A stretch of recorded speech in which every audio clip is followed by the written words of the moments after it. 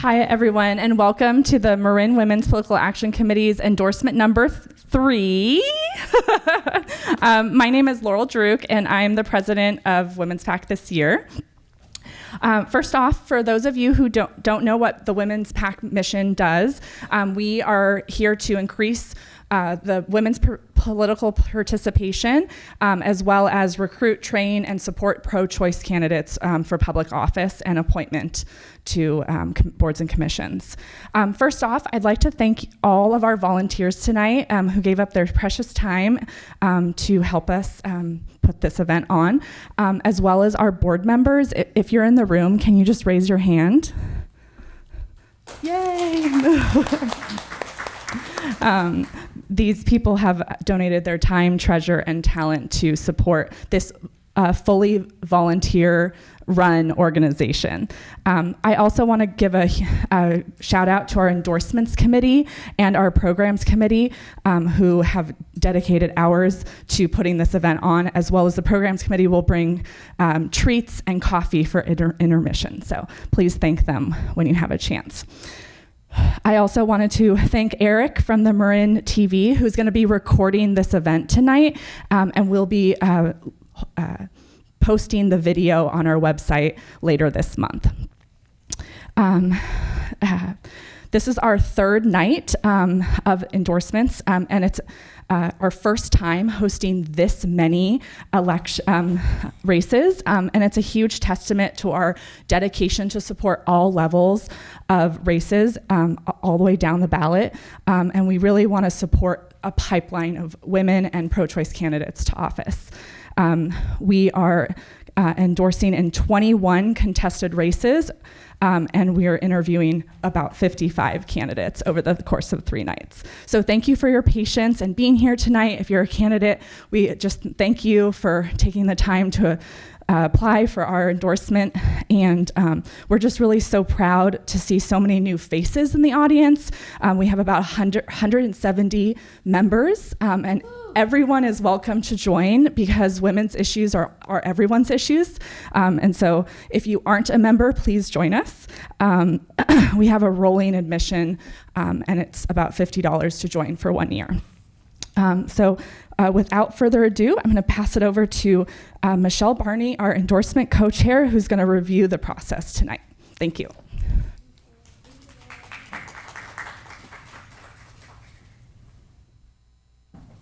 Thank you, Laurel. Good evening, and thank you for your participation in tonight's Marin Women's Political Action Committee Candidates Endorsement Forum. My name is Michelle Barney, and I am one of the MWPAC endorsement co-chairs.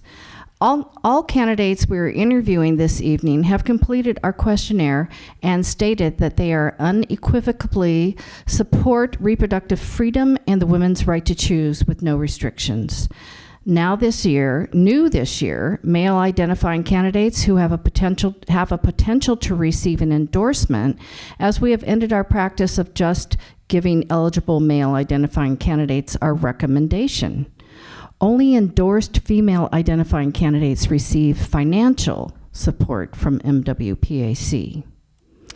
So, how to vote? If you are an eligible voting member of MWPAC, you may pick up your ballot at the check-in table if you haven't done so already. You may submit your ballot to the ballot box at any time during our event. We highly encourage all members to stay for the caucus at the end of the night, giving you a really good perspective of all candidates. If you do not want your vote counted in a particular race, please choose the abstain option. If you would like to vote no endorsement in a race and have your vote counted, please choose that option. You may also notice that the presidential race is at the top of the ballot, and in addition to the candidates being interviewed tonight, make sure your voice is heard on all races. After the panel portion at around 8:30, a caucus will take place where all MWPAC members can participate and share their reasons for supporting a candidate. Candidates are not invited to the caucus, but may wait in the lobby for the caucus to conclude and votes are to be counted. Due to the high number of races being covered tonight, we ask everyone who participates in the caucus to limit their speaking time to give space for as many viewpoints as possible. All comments must be positive and only about issues pertinent to a race.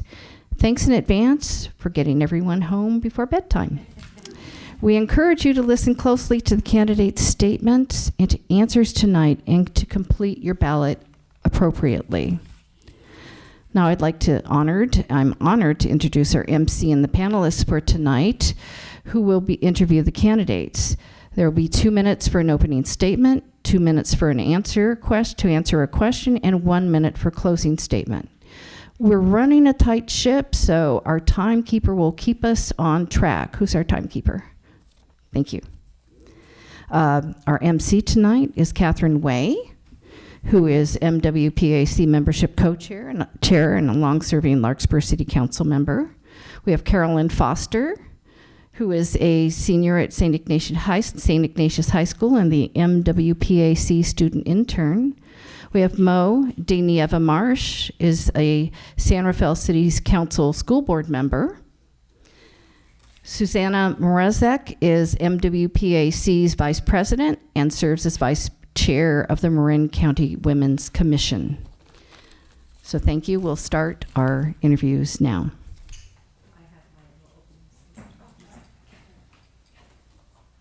Hi, welcome everyone.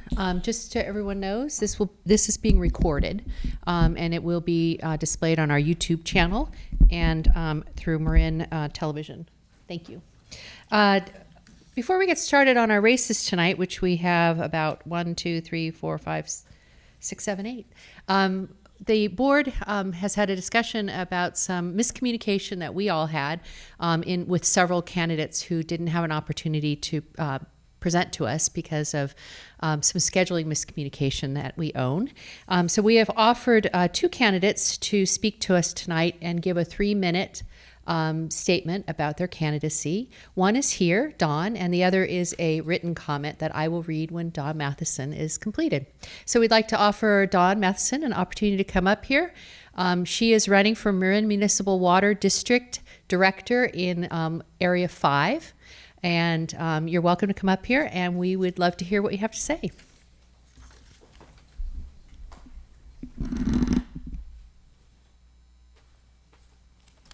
Thanks for listening. I went to talk to the water director today, so I'm just going to tell you who I am, and then talk as much as I can about what I learned. Good evening. My name is Dawn Matheson. I've lived in Larkspur since 1995. I bought my first home in Madera Canyon with my fiance, now husband, who I met at Cal. I received a bachelor's degree in mechanical engineering and materials science with an additional major in fine art at Duke University. And for those non-gearheads out in the audience, there's a lot of overlap between mechanical and civil engineering. It's just that with mechanical, everything moves.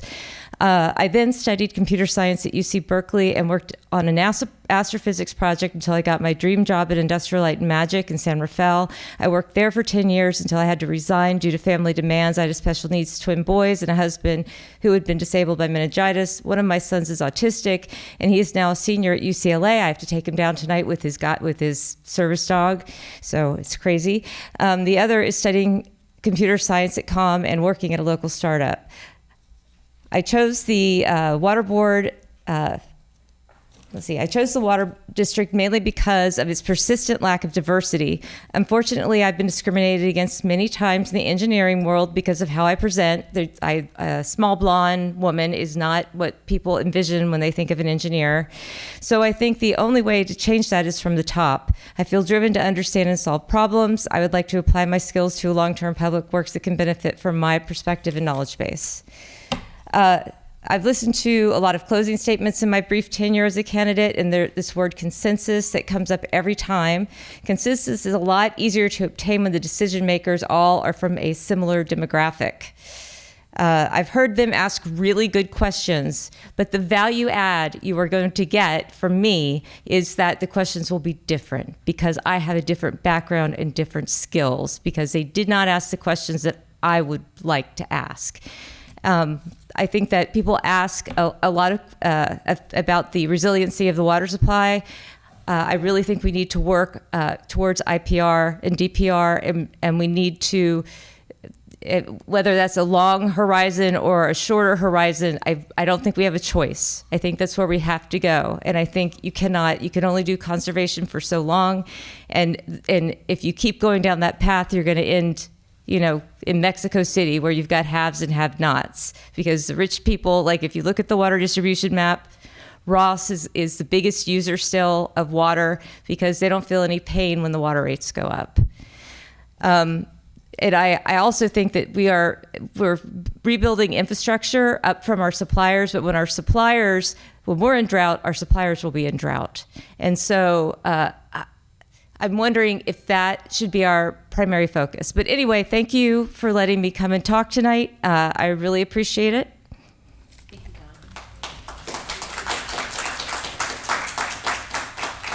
Once again, that's Dawn Matheson, and she is a candidate for the Marin Municipal Water District, Area 5.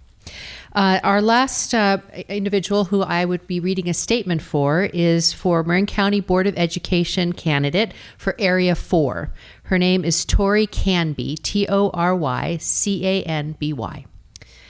Thank you for the Marin Women's Political Action Committee for your work you do in and for taking a moment to share a statement on my behalf. I am running for Marin County Board of Education Area 4 because I deeply believe that all Marin youth deserve quality and equitable education. I am dedicated to DEI programming and policies, supporting the well-being and mental health of our students and faculty, and safety on all of our school campuses. As a former student of Marin's public schools and now a parent of a middle school student, I am deeply invested in my community. With over 25 years of experience in a variety of roles in education, and recently as the executive director of the Museum of the American Indian in Novato. If elected, I will bring to the board a diverse background and a range of knowledge.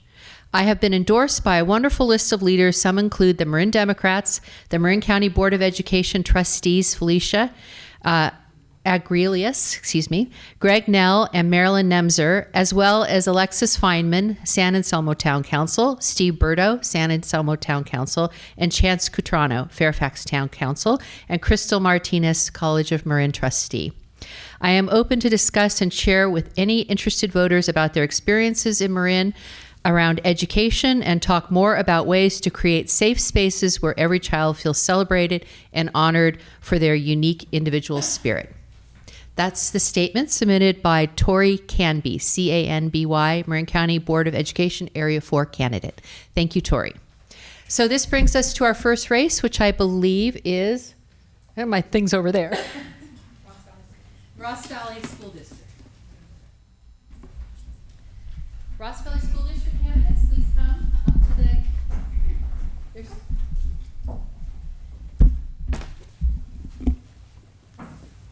welcome, and as Michelle indicated, you get an opening 2-minute presentation. We'll have questions asked by our panel, which you have a 1 minute to answer, and then at the very end, you will have a 1 minute closing statement. And we'll start left to right, and then as the questions come, we'll alternate. So Lyselle is our timer down here. Take a look. And she'll have big signs. If you can't see her, let me know. And if you go way over time, I will give you the time. But why don't we get started, Philip? Thank you. Hi, everyone. I'm Philip J. Wait. I forgot to say one thing, Philip.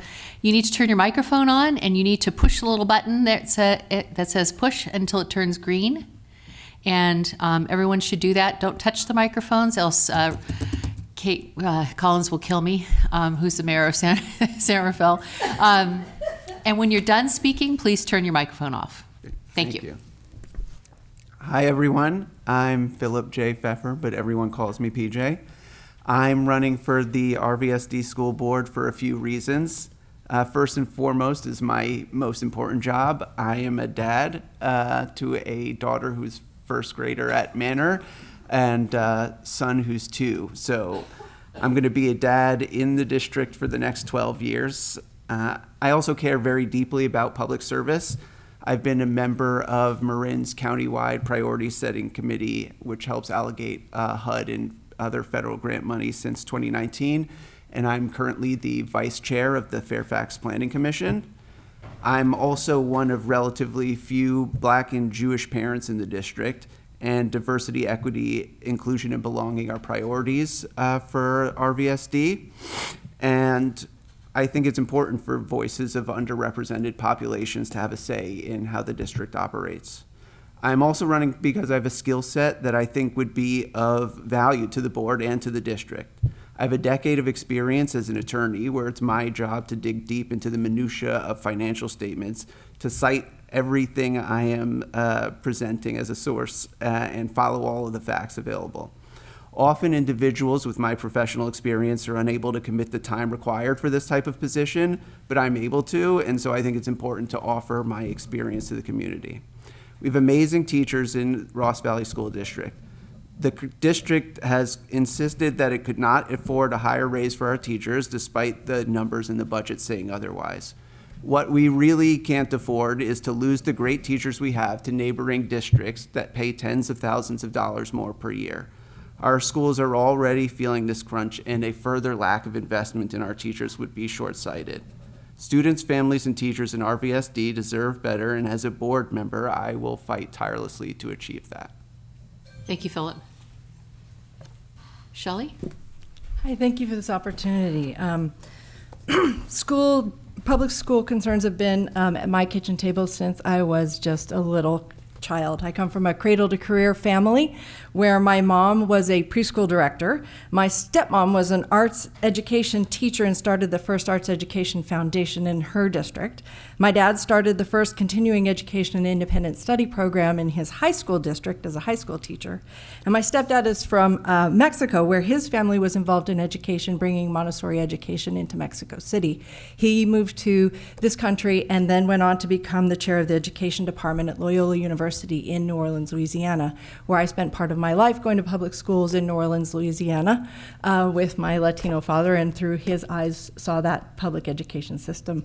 My early childhood was in California, in the California alternative education. I have 30 plus years professional experience here in Marin County as a senior manager of collaborative programs that work to bring forward educational equity issues, working in bringing data to shine light on disparities in education in our communities.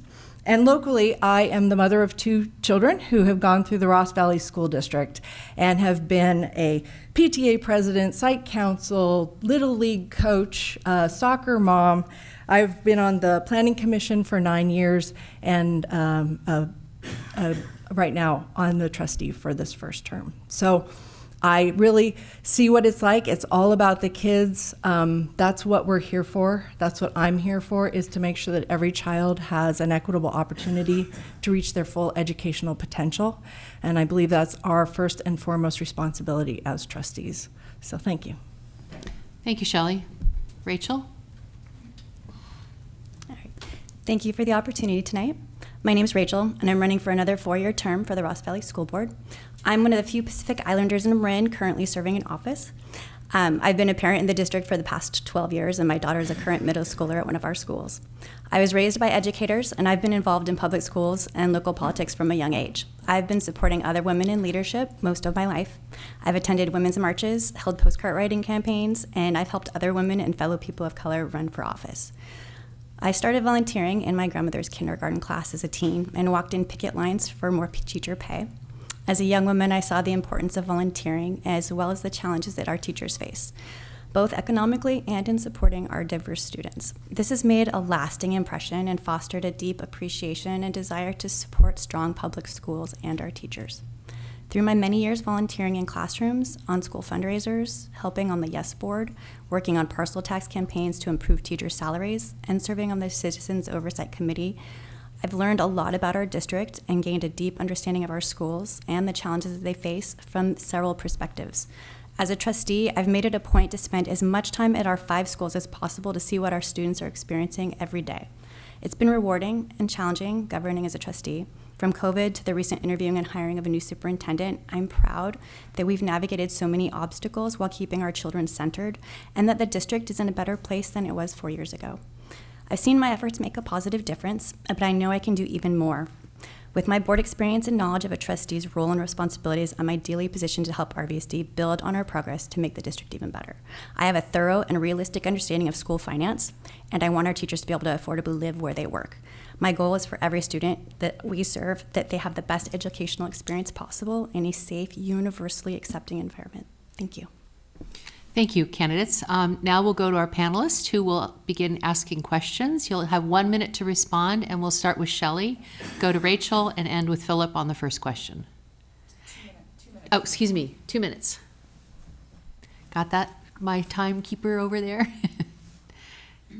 Female teachers, who make up the majority of the profession, earn about 13% less than their male counterparts when experience and qualifications are equal, reflecting a broader gender-based wage gap in education. How will you prioritize up-leveling RVSD salaries to be competitive to other districts in Marin? Well, that's a really good question. It's one of the reasons why I wanted to run again for re-election, was because we have some serious budget issues coming up in our district. We have a structural deficit. Fortunately, our administration and this past board has done everything that we can to work to reduce our budget in bit by bit over the past couple of years in terms of cutting back when we have people retire or whenever we can combine positions with when there's an open position. So we've really done what we can, but we still have a large way to go in terms of raising the funds that we need. It's going to be about raising revenue, but also making some very difficult budget cuts. We have all agreed that we want to increase teacher salaries. It's our number one priority this year. And that's why I'm running, is to help do that. And like I said, I think we're going to have to be looking at increasing our enrollment, increasing our average daily attendance, and considering a parcel tax. We're not going to be able to do this by kind of piecing it together with little pieces here and there. We're looking at some serious issues. So we're also going to have to make some difficult decisions, probably also about cutting some of our expenses. I think I've got the experience. I certainly have the knowledge from being on the board for 4 years to do this. And I really do think it's not going to be in the details of the minor things. We're going to need to make some very large decisions in the next year. And I think I have the courage to make those large decisions. And the experience listening to the wide differing considerations and differing perspectives, and then finding some common ground for us all to move forward. So I think those two things combined, my work in collaboration and bringing people together and listening to different perspectives, plus my experience with finances and the jobs that I have, and knowing what all of the opportunities and issues are within our budgets from working with them for 4 years. Thank you. Rachel? Thank you for the question, Caroline. So I just want to say, yes, I'm very interested in making sure our teachers are paid competitively compared to other districts. One of the main obstacles to that is the fact that our district is the lowest funded school district in Marin County. We are the lowest. It means that because of our demographic of student, we are at the very minimum of state funding. I believe it's in the 12% of California funding for school districts.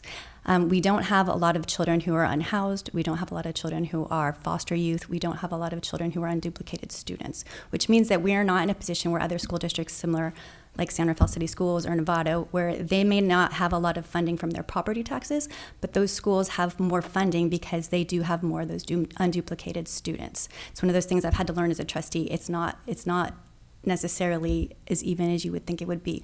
We are not in a position of a school district like Ross or Kentfield where they have more property taxes and they have higher parcel taxes. So those schools are able to afford higher wages. And because of that, I am looking at how we can address this and make sure that we are paying our teachers more, because they are the heart of our schools.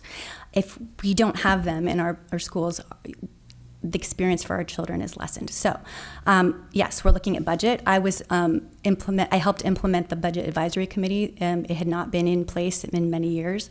I organized the people who are coming onto that, recruited people for it. I am interested in looking at a parcel tax as a possibility, but before that, we need to do an informational campaign. So our community needs to understand the situation that we're facing with our budget so we can get the buy-in from our community to help us change the dynamic. We need to help donate more funds to our foundation so kids get more student funding. That way, we need to increase enrollment. So we need to make sure families understand when their kid leaves on Friday early before a break that impacts our district. It's $75 a day. So there's informational things that we need to do and that we're working on in our community so that they understand how attendance and enrollment impact us. Thank you. Philip, you can close out this question. Thank you. And thank you for the question as well. It's an issue that I am focused on and concerned about a lot. I know from looking at the ACS census data for Marin, even in Ross Valley, 65% of the people in the education field are women. And like you said, they are consistently underpaid compared to their similarly experienced male counterparts. So it's one of the reasons why I think making sure that we're paying our teachers as much as possible is so important. And I fully agree that we need to do a lot more for the district to help raise revenue because the funding is so minimal compared to neighboring districts. But I also think that there is room to make material improvements in the pay for the teachers as is. And, you know, this is people's rent, this is their money for food. Every little bit of increase that we could give them each year matters. It's something I advocated for and was talking with the current school teachers to help them understand the budget, because when looking back to understand why they were so underpaid, I saw over the past 7 years, the budgets and the projections for the school district were consistently showing a bigger deficit than what the results were by $300,000 to $2 million.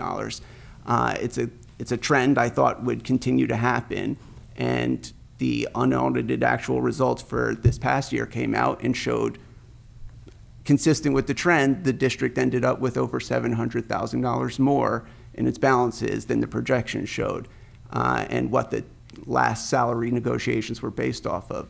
So had the district anticipated that, that's all money that could have gone to teachers' pay and not to the reserves.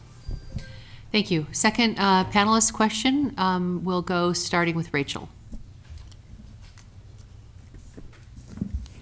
Today, over 1 in 10 households in Marin speak Spanish at home.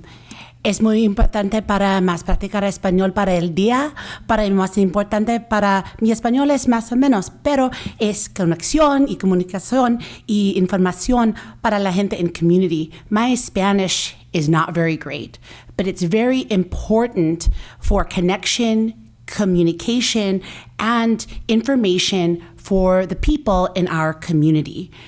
Ross Valley School District best prepares students with language skills and becomes a magnet for families who see the value in dual immersion. How can, you gotta love it. How can RSVD best prepare students with language skills and become a magnet for families who see the value in dual immersion programs like Venetia Valley in San Rafael?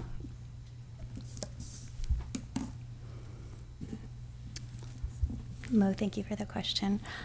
First of all, I have to say I serve on the District English Language Advisory Committee meeting, and those meetings are pretty much held entirely in Spanish. My Spanish is rusty, so I'm not going to insult anybody by trying to use it now. But I do think it's very important that we make sure that all of the children who are attending our schools feel welcome and they feel understood. And part of that is the language barrier and making sure that the children are getting the proper support. I think the idea of a dual immersion program is lovely. I think it'd be wonderful to have one of those in our program and our schools. I know that we are one of the few school districts that has Spanish and French offered at the middle school level. I am very interested in bringing that to the 6th graders as well, and I've spoken with the Spanish teachers about that. I think it would be lovely to have it start earlier in elementary school. There's, like with a lot of the teaching positions, it's challenging finding teachers that can teach in multiple languages. So it's always a struggle to try and find educators who are in those sorts of programs. I would be very interested in looking for that. I think it'd be a very worthwhile program to have at our schools. And I'd say that, we're doing what we can to make sure that the children who don't necessarily speak English as a first language are getting all of the support that they need. So, thank you. Philip? Thank you.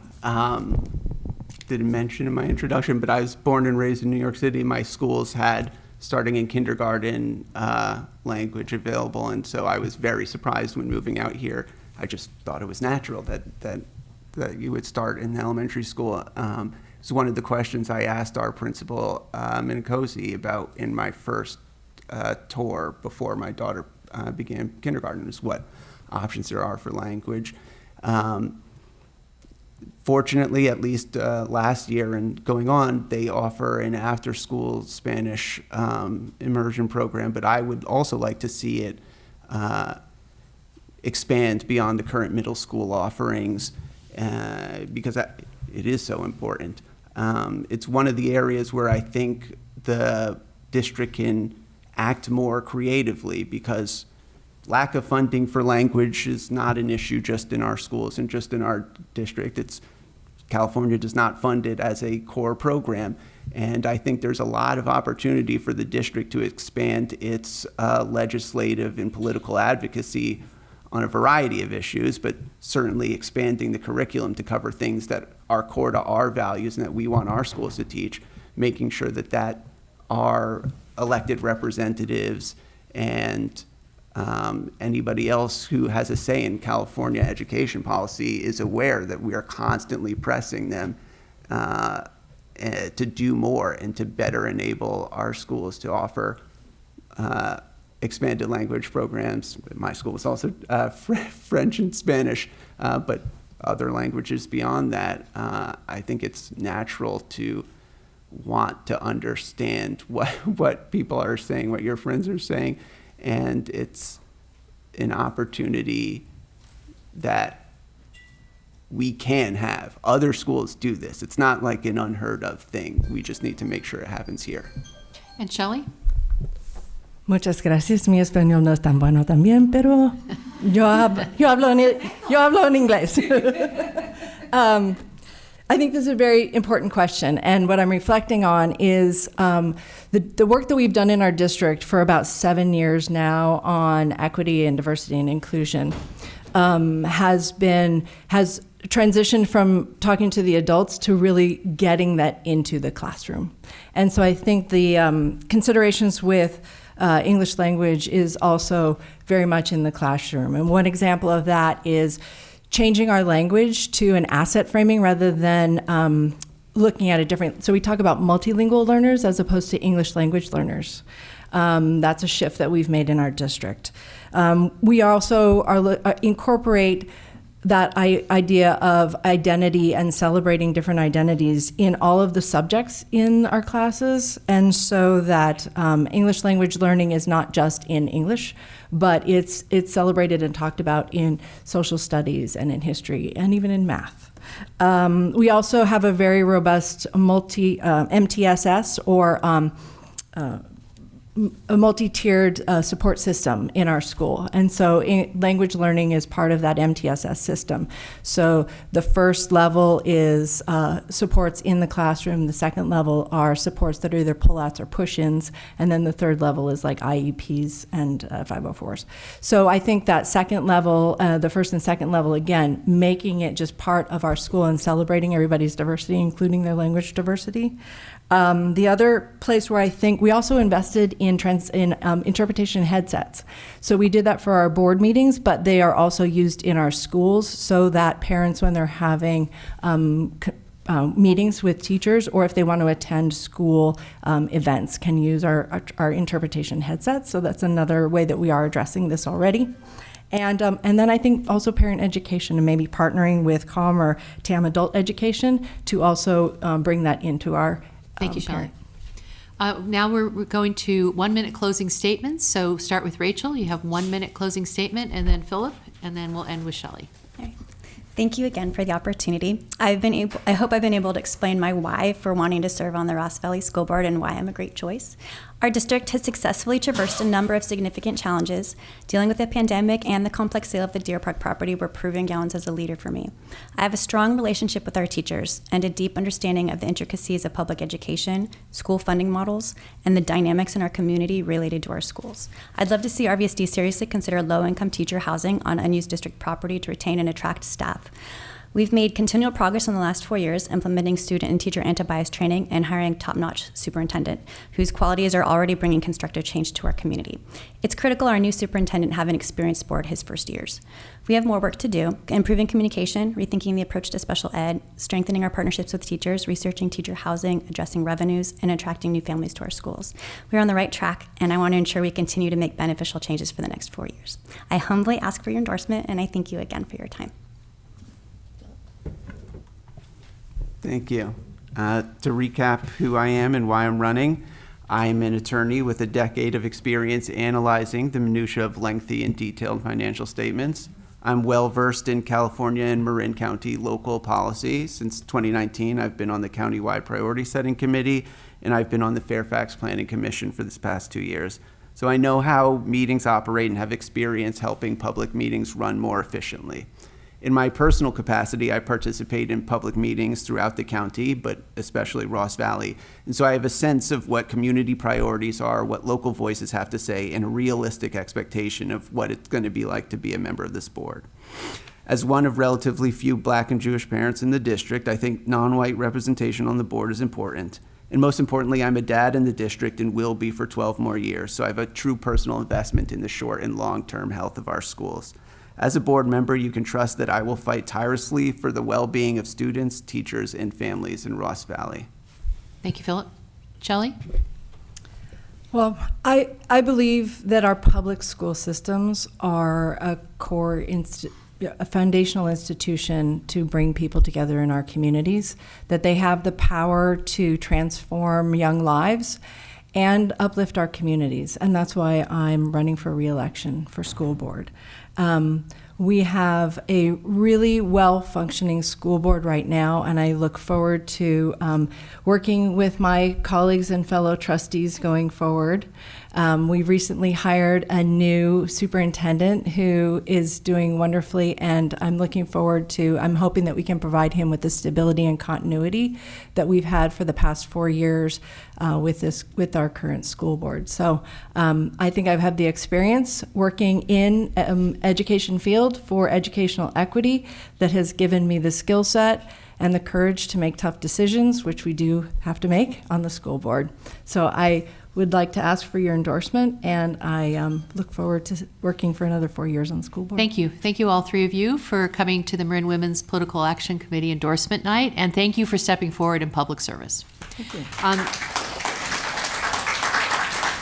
I would like to have the 4 members of the Southern Marin Fire Board join the dais, please. We're 5 minutes behind, but we're going to catch up. Terrific, and welcome. There are 4 members here tonight: Catherine Hilliard, Ashley Raveshi, Rich Reichel, and Clifford Waldeck. We will do the same process before. We'll start, actually, why don't we start right to left? Got to keep you on your toes, that's what happens. And you'll each have an opportunity to do a 2-minute opening statement. Clifford, would you be in, please?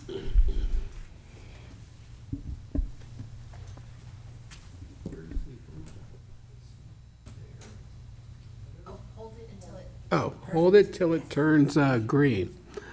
Hi, everybody. I am thrilled to be here at the MWPAC, and my name's Clifford Waldeck, and I've lived in Mill Valley since 2nd grade, and I ran for Mill Valley City Council in 1995 after the Vision Fire, and I ran with the theme Fire Safety First, and I got on the City Council in 1997 and served there for 8 years and was very passionate about our fire department, taking care of our firefighters, and then the opportunity came up that Steve Willis, who was the police and fire chief for Sausalito, stepped off the board. Hill Valley had just consolidated, and I was fortunate enough to be elected to be on the board, and it's been a fantastic experience for me. Part of my public service is being a cheerleader for whatever I'm a part of to our community, and so it's been a fantastic time. I'm third in line for chair on a 7-person board, and I chair our board policy committee as well as our personnel committee, and it's a very male-oriented industry, and along with my colleagues on the board, we are trying to change a culture so there's more belonging for people. Thank you, Clifford. Other than people like me. Thanks. Thank you. Rich, 2-minute opening statement. Yeah, thank you for the invitation. Ooh, sorry. My bad. Thank you. Thank you for the invitation to attend the Marin Women's Political Action Committee Endorsement Night. I'd also like to take this opportunity to express my gratitude for my friend Catherine Way, who has supported and been an inspiration to me on this path. I am new to the election process, nervous, and I am the only candidate amongst the 4 of us that is not an incumbent. While I may be new to the election process and campaigning, I bring a wealth of unique skills, experience, and distinct understanding that I believe the district needs and could greatly benefit from. I've been a first responder in Marin County for over 17 years. I have served as a volunteer firefighter within the Mill Valley Fire Department since 2007. I've also served in Marin County Search and Rescue also since 2007, and now serving as the operations director. In addition to that, I've also been a member of the Marin County Fire Urban Search and Rescue Team since 2009 and the North Bay Incident Management Team since over the last 5 years. Also been a resident of Mill Valley for 24 years. This is a crucial time for the district, and we've just finished the merger, and this has been a multi-year process, and with the merging of both Mill Valley into the Southern Marin Fire Protection District. I think the years ahead are going to be important for this merger to verify the expectations and projections, as well as listening to the citizens, businesses, and visitors within the community to service at the highest level. I think we have several key points that need to be addressed: recruitment, retention, and succession planning, along with maintaining and strengthening this merger that's occurred, and being present and open to any consequences as a result of that. Thank you, Rich. Ashley? Good evening, everybody. My name is Ashley Ravichet. I'm the current president of the Southern Marin Fire District Board. I am running for re-election to keep my seat. I was appointed to the board by the Board of Supervisors 4 years ago, so I've served my full term. I'm really excited to have this opportunity to work with Marin Women's PAC for this potential endorsement, and thanking my community for turning out for the 3rd night of these endorsements. It's really important to show up as community members for us as candidates to learn what your interests are, what your priorities are, so thank you for that opportunity. I'm a Bay Area native. I'm raising 2 children. One is in the audience. She's so excited to be here. So thank you. I leaned into this work because my fire insurance was pulled.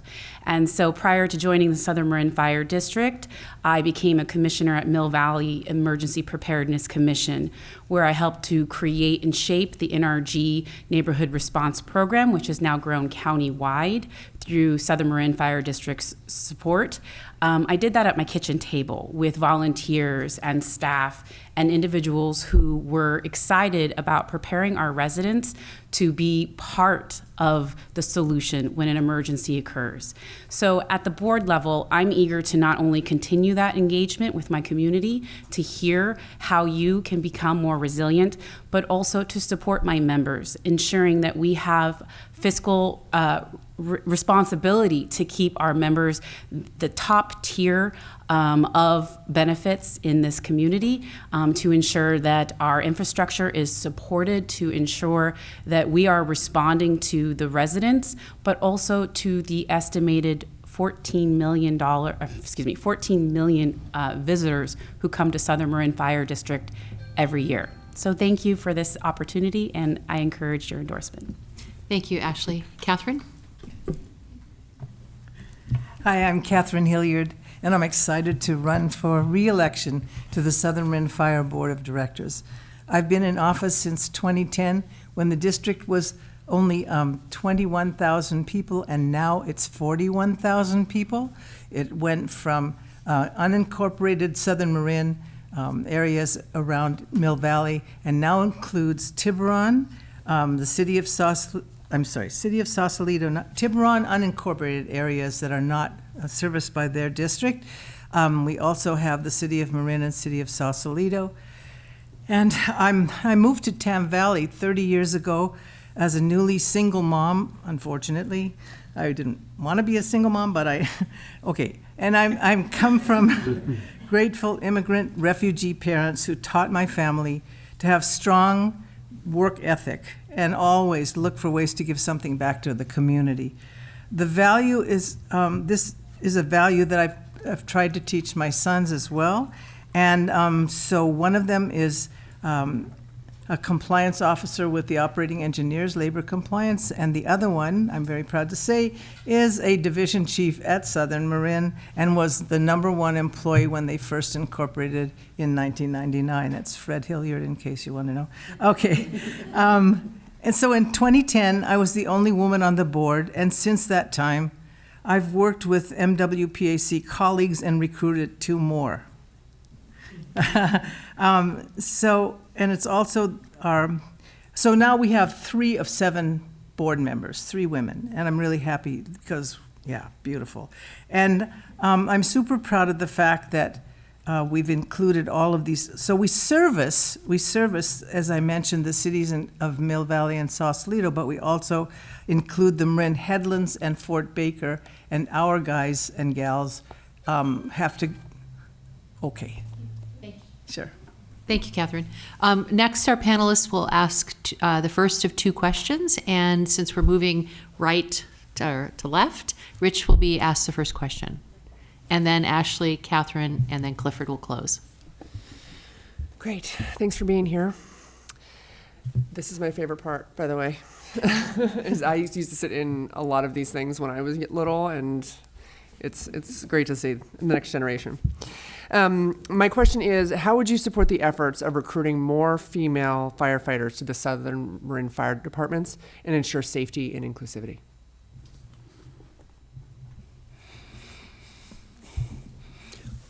Well, I do know that the department is working on DEI initiatives and a program. While I'm not currently involved in that process, I do know it's going on, and I do plan to get up to speed on that.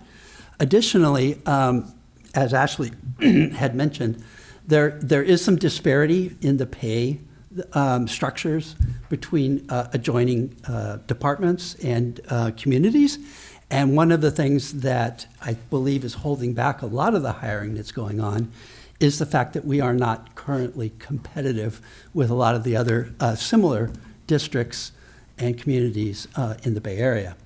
And I think both of those things, along with some creative thinking and, for example, in Marin County Fire has a fire foundry program. This is kind of thinking outside of the box and coming up with solutions that are novel to help support underserved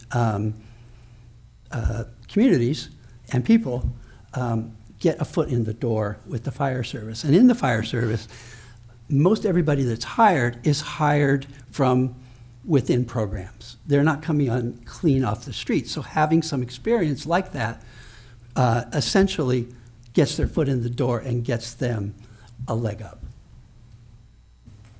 Thank you. Ashley? So this is a conversation that we have at our board often. And whether it's on the agenda or not, it's a conversation that our board members continue to put on for discussion.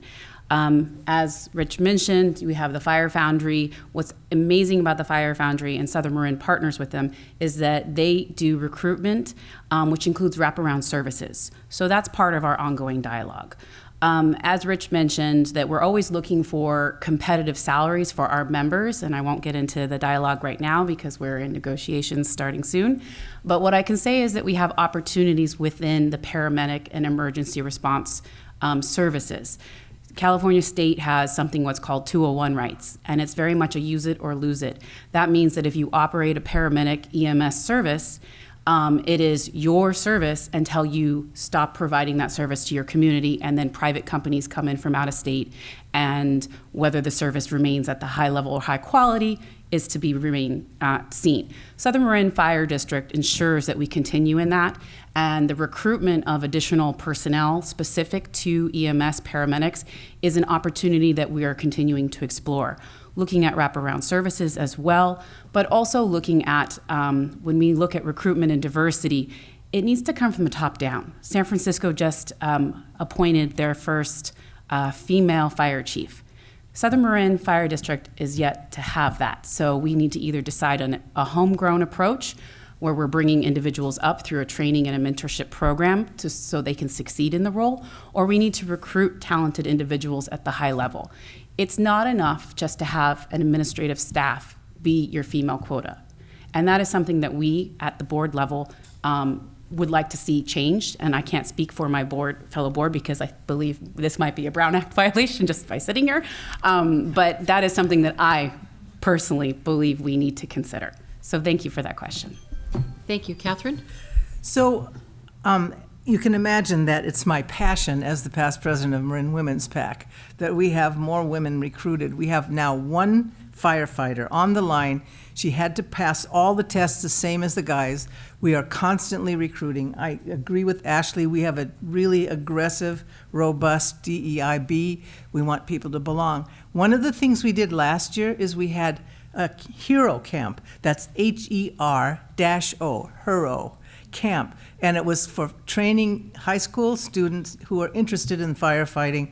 And all of the trainers were female firefighters. That was a 3-day camp. It was sold out, and it was really well received. So those are some of the innovative things that we're trying to do in order to get young women interested in entering the fire service. We need all people, men and women, to step up to fire service. We are not able to recruit the way we used to do that.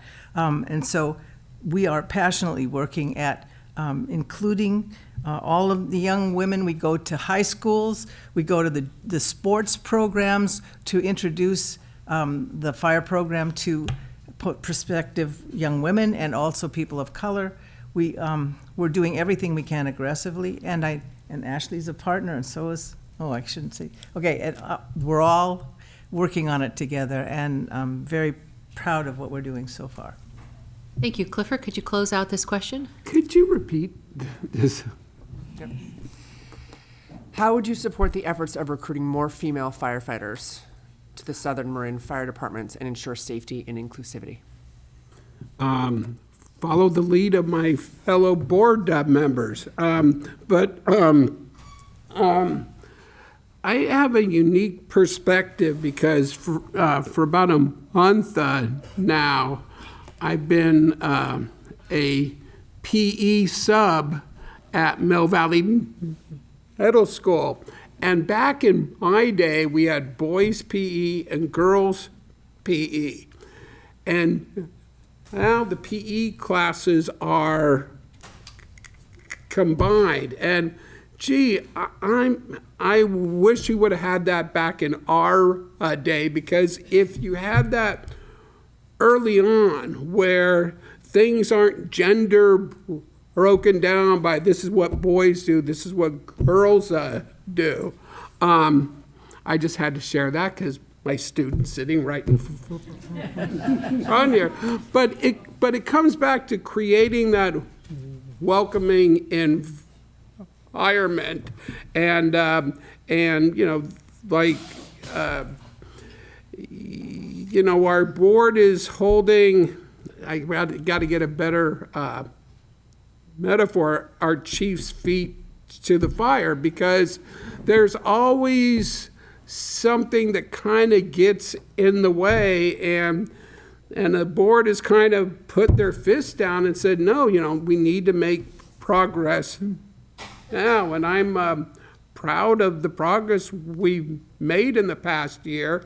And Southern Marin Fire District has some of the best community outreach people of any government agency around. And she's sitting right in front here. Curtis, and again, that's what I'm all about. It's just getting out there in front of the people. Thank you. Our second question will be answered first by Ashley, then Catherine, and Clifford, and then Rich. What are the steps that the fire board has taken or will take to ensure that elderly and disabled populations are prepared for a wildfire or other natural disasters? So this question hits really close to home. My husband is disabled, which was another reason why I got involved in fire district services, was because I was really concerned what would happen if there was a massive event and first responders were not able to help us, or what happens if my neighbors who are elderly don't have that access. Part of the neighborhood response group program is to go out into the community, to host drills, to do education, to really prepare our residents in advance. It was part of our discretion running that committee that we ensured it was accessible, where we would either have sign language interpreters if there was an individual from the community who needed that. We would ensure that any videos that we had, we spent the extra money so that there is closed captioning, so people who have hearing impairment or English maybe not their first language can access the information. Also looking at information beyond disability, but looking at it from a lens of preparedness is very much a wealthy individual's luxury. And so trying to break down those barriers and ensure that that's not done at a volunteer level, that that's actually a duty and a responsibility that our district assumed while I was on the board. Making sure that we had roles like the NRG coordinators within our district, but also roles created at the county level, so that all of this information could be a top-level, streamlined approach so that our communication is clear to our residents, that it is redundant so that we're putting ourselves in every opportunity that we can have to engage with individuals who are marginalized or at high risk. That's the population that we need to prepare in advance of an emergency situation. And so that's part of our program that I continue to work towards, and it will be part of the program that I continue to fund if you re-elect me. Thank you. Catherine? This is deeply personal because both my parents lived with me in Tam Valley. My father actually passed away in my house. I used 911 when I needed to, and they were right there. So I really, and also the NRG program, thank you, Leah. We know each other. I'm not getting any younger. I think that it's really important for us to know who is older, and when we talk about evacuation, we also talk about, you can't just think about yourself getting in the car and getting out. You have to think about your neighbors and who can you give a ride to, who do you want to check on, and all of the things that a community can do together, our NRG program. So I also think about, I lost my train of thought here for a second, but we have wellness checks. I don't think anybody really realizes that you can call the fire department, fire district in our case, if you're suspicious that someone you know is elderly or maybe sick and they don't know, you haven't heard from them, they won't pick up the phone or anything, you can call 911, ask for a wellness check. You can call the fire district, but you get through faster through 911. They will go out and check.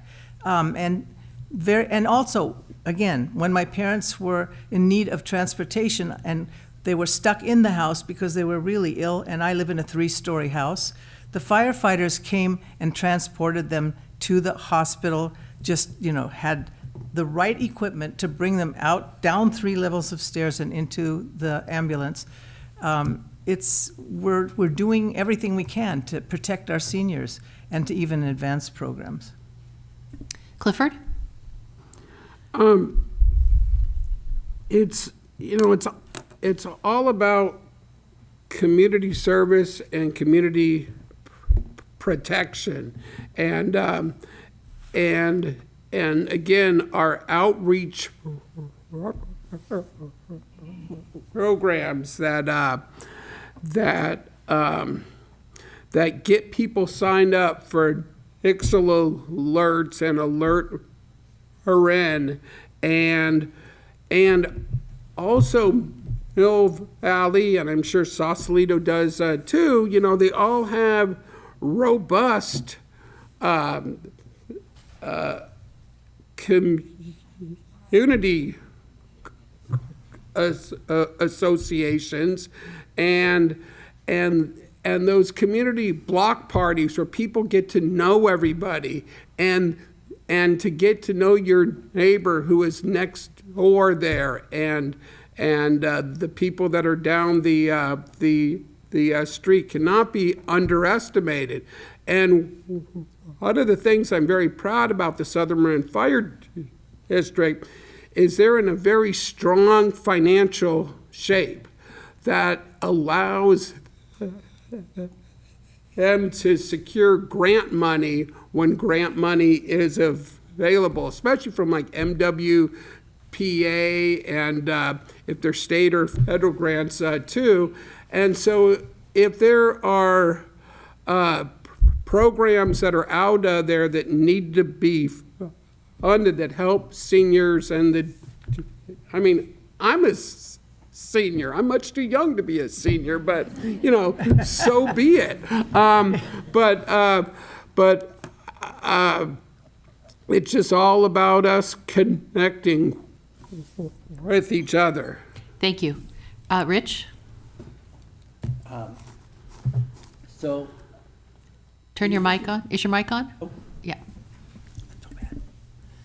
in addition to what I've been hearing, one of the things that I think is a huge risk in our community, above and beyond almost everything, is the plans for evacuations. In Sausalito and Mill Valley, and a lot of the unincorporated areas, especially like Tam Valley, the streets are so narrow that, in essence, you'll only be able to get vehicles out going in one direction. We've established Measure C, and it's doing a lot of good work with clearing and vegetation management and things that will help when the fires do happen. It's not really a question as if, it's just a matter of when. We've gone through several in the past couple hundred years that have been devastating to the community, even at that time, and now we're much, much larger community. So the fact that that's occurring, I think that it needs to be strengthened. I know that there are additional funds available that haven't been resourced. I also think that more actual community engagement. We do a lot, but I think we could do more. I've been involved in a lot of these drills, evacuation drills, neighborhood drills, and community education forums as part of the First Responder Network. And I think that while great, I think we need to do more. I think it comes down to what Clifford was saying as well regarding neighbors helping neighbors. If we don't know our neighbors and we don't have these drills and identify these people that are in need, the fire service can only do so much with a staff of 75 total people, or 90 now, that only 1/3 of those are at any one time working in 5 stations with in the neighborhood of 10 Thank you. engines. Now we'll have 1-minute closing statements. And Catherine, would you begin, please? Sure. Well, after the devastating fires in Sonoma County, Southern Marin residents' first concern was not to let it happen here. And I helped with my colleagues on the board to foster a very successful wildfire prevention program. And before we had Measure C, the wildfire measure, we had Measure U in Southern Marin, and all those funds were dedicated to fire prevention. So we got to start about a few months before Measure C and the creation of the Wildfire Prevention Authority. And also, that measure had a 5% elevator clause in it, that every year we could take a 5% increase. And for the last 4 years, our board has seen fit, and I'm on the Finance Committee and recommended it, that we not take that 5%, but try to operate within what we had as our constrained budget. And so we kind of saved the taxpayers so far 20% over the last 5 years. I'm not sure we can do that again this year, but we've really worked hard to do that. So I also want you to know that I am on the Marin Wild Radio. Sorry. Thank you, Catherine. Oops. Ashley? Okay. 1 minute, please. Well, let me give you a high-level summary. First, thank you so much for this opportunity to seek the endorsement of Marin Women's PAC. The goals that I have for the board this next year are fiscal solvency, as what Catherine was sharing, keeping that $4.2 million in reserves, because we do not know what's going to happen in the state deficit and whether state legislature is going to call back some money. Long-term sustainability, which looks at both our infrastructure investments, our succession planning, grants for vegetation management, but also the health and safety of our members, which is the most valuable resource that we have, ensuring that they are receiving a benefit package at the top third. Moving through the annexation, which is both just issues of trust, also creating a culture where we are better together so that we have the availability to continue to do what we are tasked with at a board level, which is to making those difficult decisions. Is this a leadership or is this going to cost money? And often we can just do this with leadership. Thank you, So Ashley. Thank you. Rich, closing statement? Thanks. I believe I bring a unique skill set in history and understanding due to my direct involvement with the community, as I explained earlier, as a first responder. I also wanted to state that I feel like I have the support of the firefighters, and I know I received the endorsement of the union recently. If elected, I would serve as the second of 7 members of the board residing in Mill Valley. And I know I have a lot to learn, but I'm passionate about our community, and I think that's pretty apparent, and for first responders. If elected, I would put the time and effort into becoming an effective, invested, and informed district director. I would appreciate the PAC's third endorsement, and I appreciate your time. Clifford, thank you. Thank you for having me here, and I would appreciate your endorsement. With the consolidation of Mill Valley, Southern Marin Fire has grown over 30%. We're maturing as a agency now, and again, serving as the chair of the Personnel Committee and the Board Policy Committee, I'm proud to be part of it, and it's been a fascinating and meaningful experience to me. Again, I'm all about the thing that Southern Marin has done so well in the city of Mill Valley is that nobody knows the Mill Valley Fire Department is no longer exists at all. Southern Marin Fire is at every community event that's out there, and I'm out that they're using this campaign. Thank you, Clifford. To tell people about it. Great. Thank you all for participating tonight. We really appreciate you stepping forward in public service. Thank you. I'd like to welcome the Mill Valley City Council candidates, Leah Curtis, Caroline Yokin, and Catherine Mindell Jones, please. So, are you Thank you very much. We'll start left to right on this one. So, Leah, you have a 2-minute opening statement. Thank you very much for this opportunity this evening. I'm a proud member of the MWPAC and proud to see the engagement and everyone here tonight.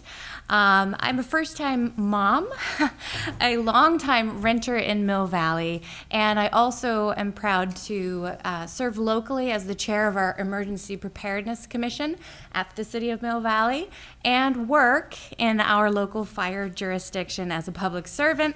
I will leave it to you to guess which one that is. So I've seen both sides of the coin, so to speak. I work in local government. I know the thoughtful, sometimes slow process on the governmental side of it. I know the impact that has on the community. I have seen one of the biggest lessons I've learned through emergency preparedness and being an emergency manager in our district and working in the community, including Mill Valley, is the whole community. We represent and we serve our whole community, no matter your background, your age, your demographics, your wealth, your income, whether you moved 50 years ago to Mill Valley and raised your family, or you moved 5 days ago, or like myself, you hope to stay and raise your family in our beautiful city and all that it has to offer. So on the other side of that coin, I have been a resident and a longtime renter for the better part of a decade, so I know the struggle of finding affordable and obtainable housing.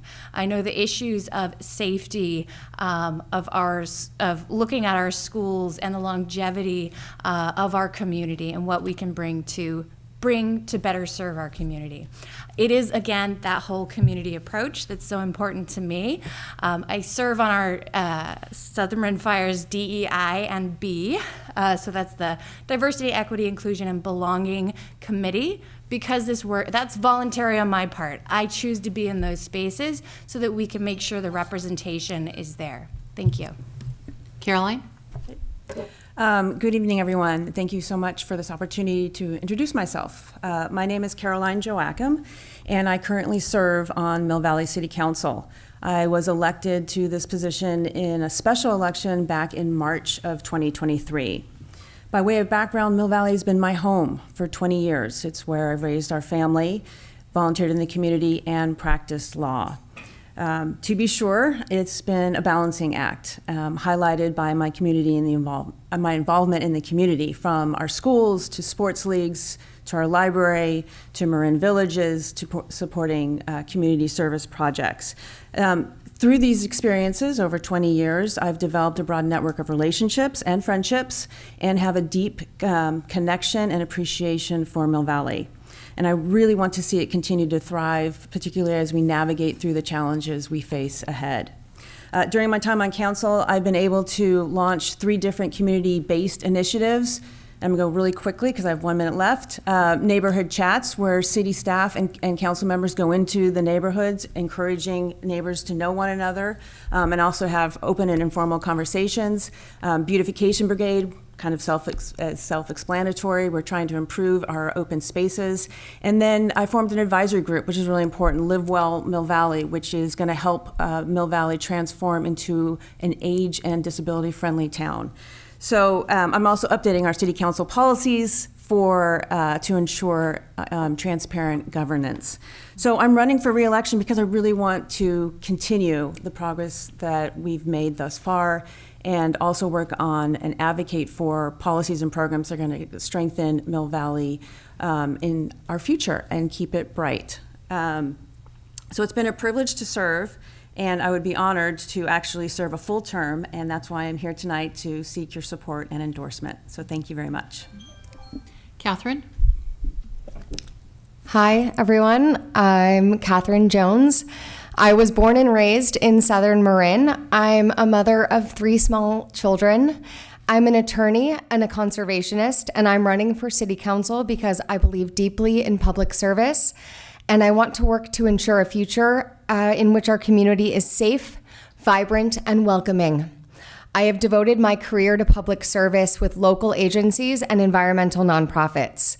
At Marin County Parks, the Trust for Public Land, and the Golden Gate National Parks Conservancy, I worked collaboratively to secure public funding for projects to protect and restore public lands, improve bike and pedestrian access and safety, build playgrounds and parks, and make Marin more resilient to the threats of sea level rise and wildfires. I also have experience working through complex and sometimes contentious land use and planning issues. While at the Marin Community Development Agency, I organized and led meetings to discuss coastal planning issues and drafted ordinances and policies with significant community input. In Mill Valley, I serve on the Parks and Recreation Commission. I coach girls soccer, I coach girls lacrosse, and MWPAC, and I initiated our local Firewise community.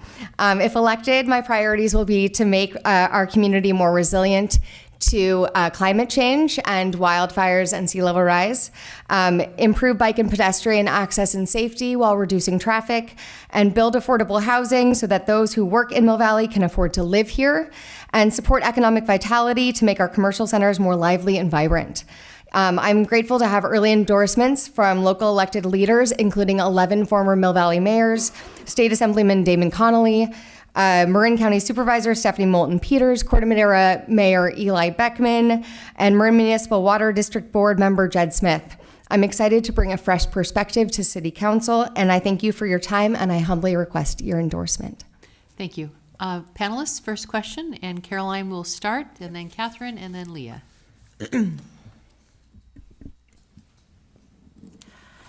Please share your stance on Measure L, which enables the City of Mill Valley to enact a 1-cent sales tax to fund city services and facilities, including but not limited to roads, bridges, and libraries. If you agree with this initiative, what city service or facility would you prioritize spending funds on first? It's a very good question.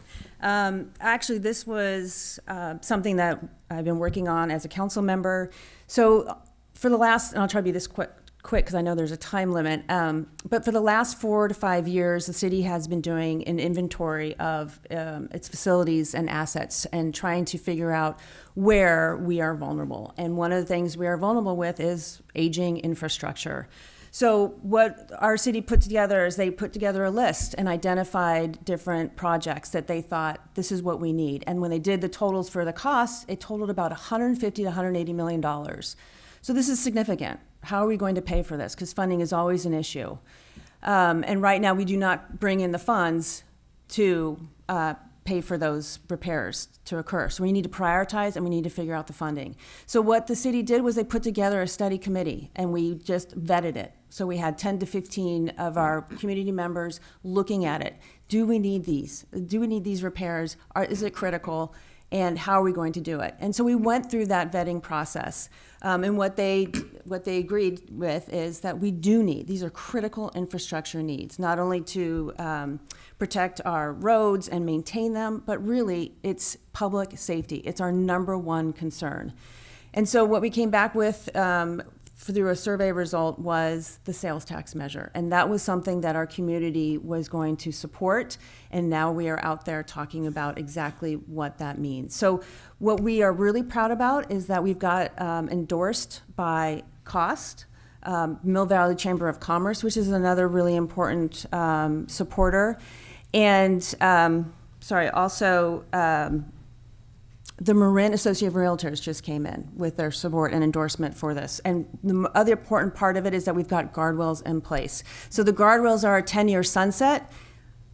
We're going to have a citizen oversight committee checking our work on an annual basis. And if the voters don't like it, the tax will go away in 10 years. Thank you, Caroline. Sorry. Catherine? Hi, thank you. So Measure L, the 1-cent sales tax for Mill Valley, I'm really excited about it and I fully support it. There's 4 primary reasons why I support Measure L. First, that it's the result of a thorough assessment of the city's infrastructure need by a 15-member task force who reviewed the city's investment priorities and concluded that a revenue measure was necessary to provide funding for these critical issues.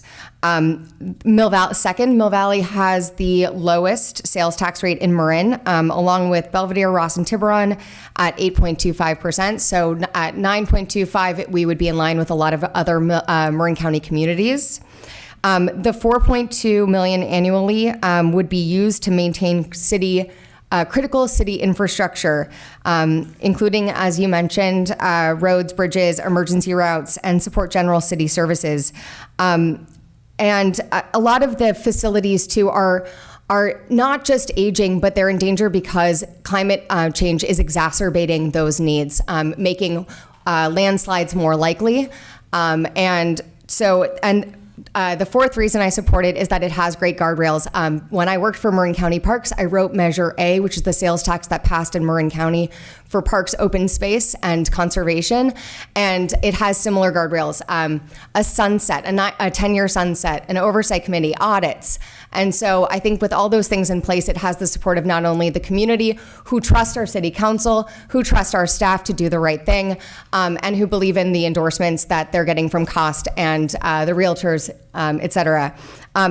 The things that I'm most excited to look at for spending would be bicycle and pedestrian infrastructure. We're going to begin a bicycle pedestrian addendum to our master plan that will identify more Class 1 and Class 4 bike lanes that will make our safe routes to school even safer, and really get to that 25% reduction in driving that we're looking for to meet our climate goals. Leah? Thank you for the question.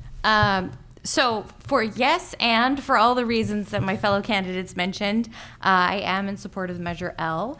The city was put in a place where we need to do something. And although we don't want to, I say we, I'm part of the city, and of course all our voters will have their say in it in this November election. It will directly impact infrastructure, emergency preparedness, parks and recreation, well-being, essentially.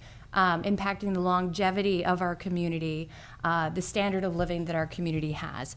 Particularly, I'm excited with my professional role in emergency preparedness to see the infrastructure and those emergency preparedness and even our parks and recreation directly impacted by this funding because those weave together in the community, not only day to day, but if we are faced with an emergent situation where we are suddenly in need of $10, $20 million of repairs in our infrastructure, I'd rather see the prevention done beforehand to make the impact now. That's one of the reasons I'm excited to be part of that process going forward. So it's a quality of life issue as well. So if we can impact those parts of our community directly, it will have a direct influence on the well-being of our community, of our parks and recreation that we love so much. It's not about moonscaping our community, it's about improving it and making it livable long-term. Thank you. Panelists, a second question. And we'll begin with Catherine, Leah, and Caroline.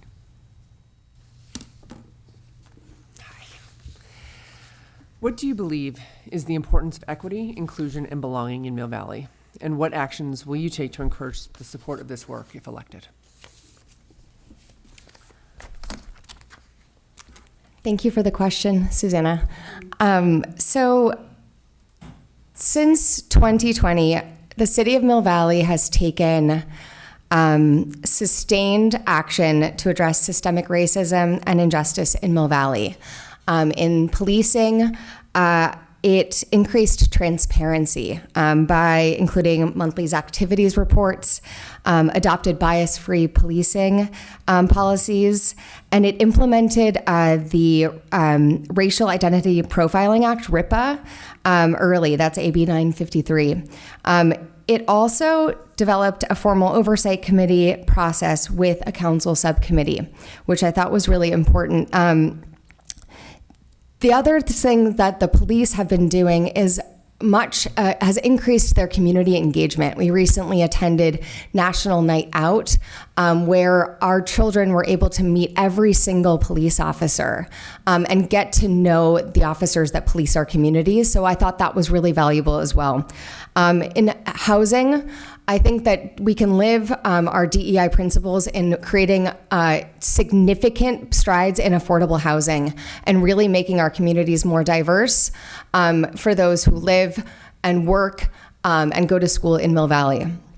And at the city council level and for our commissions, I actually think that one thing that we can do to improve our diversity principles there is to raise the stipends for city council members and commissioners.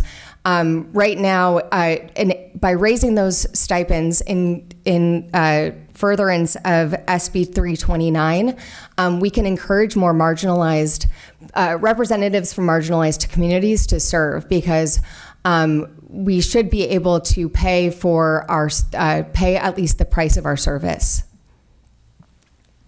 Leah?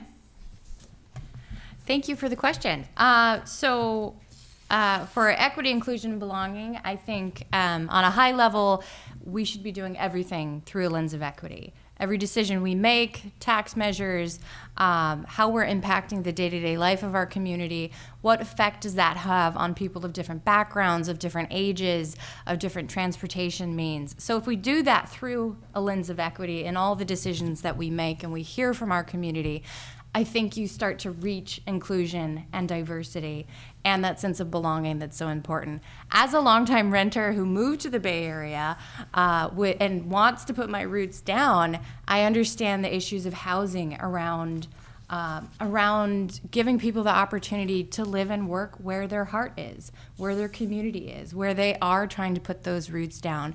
So some things that we can do as a city.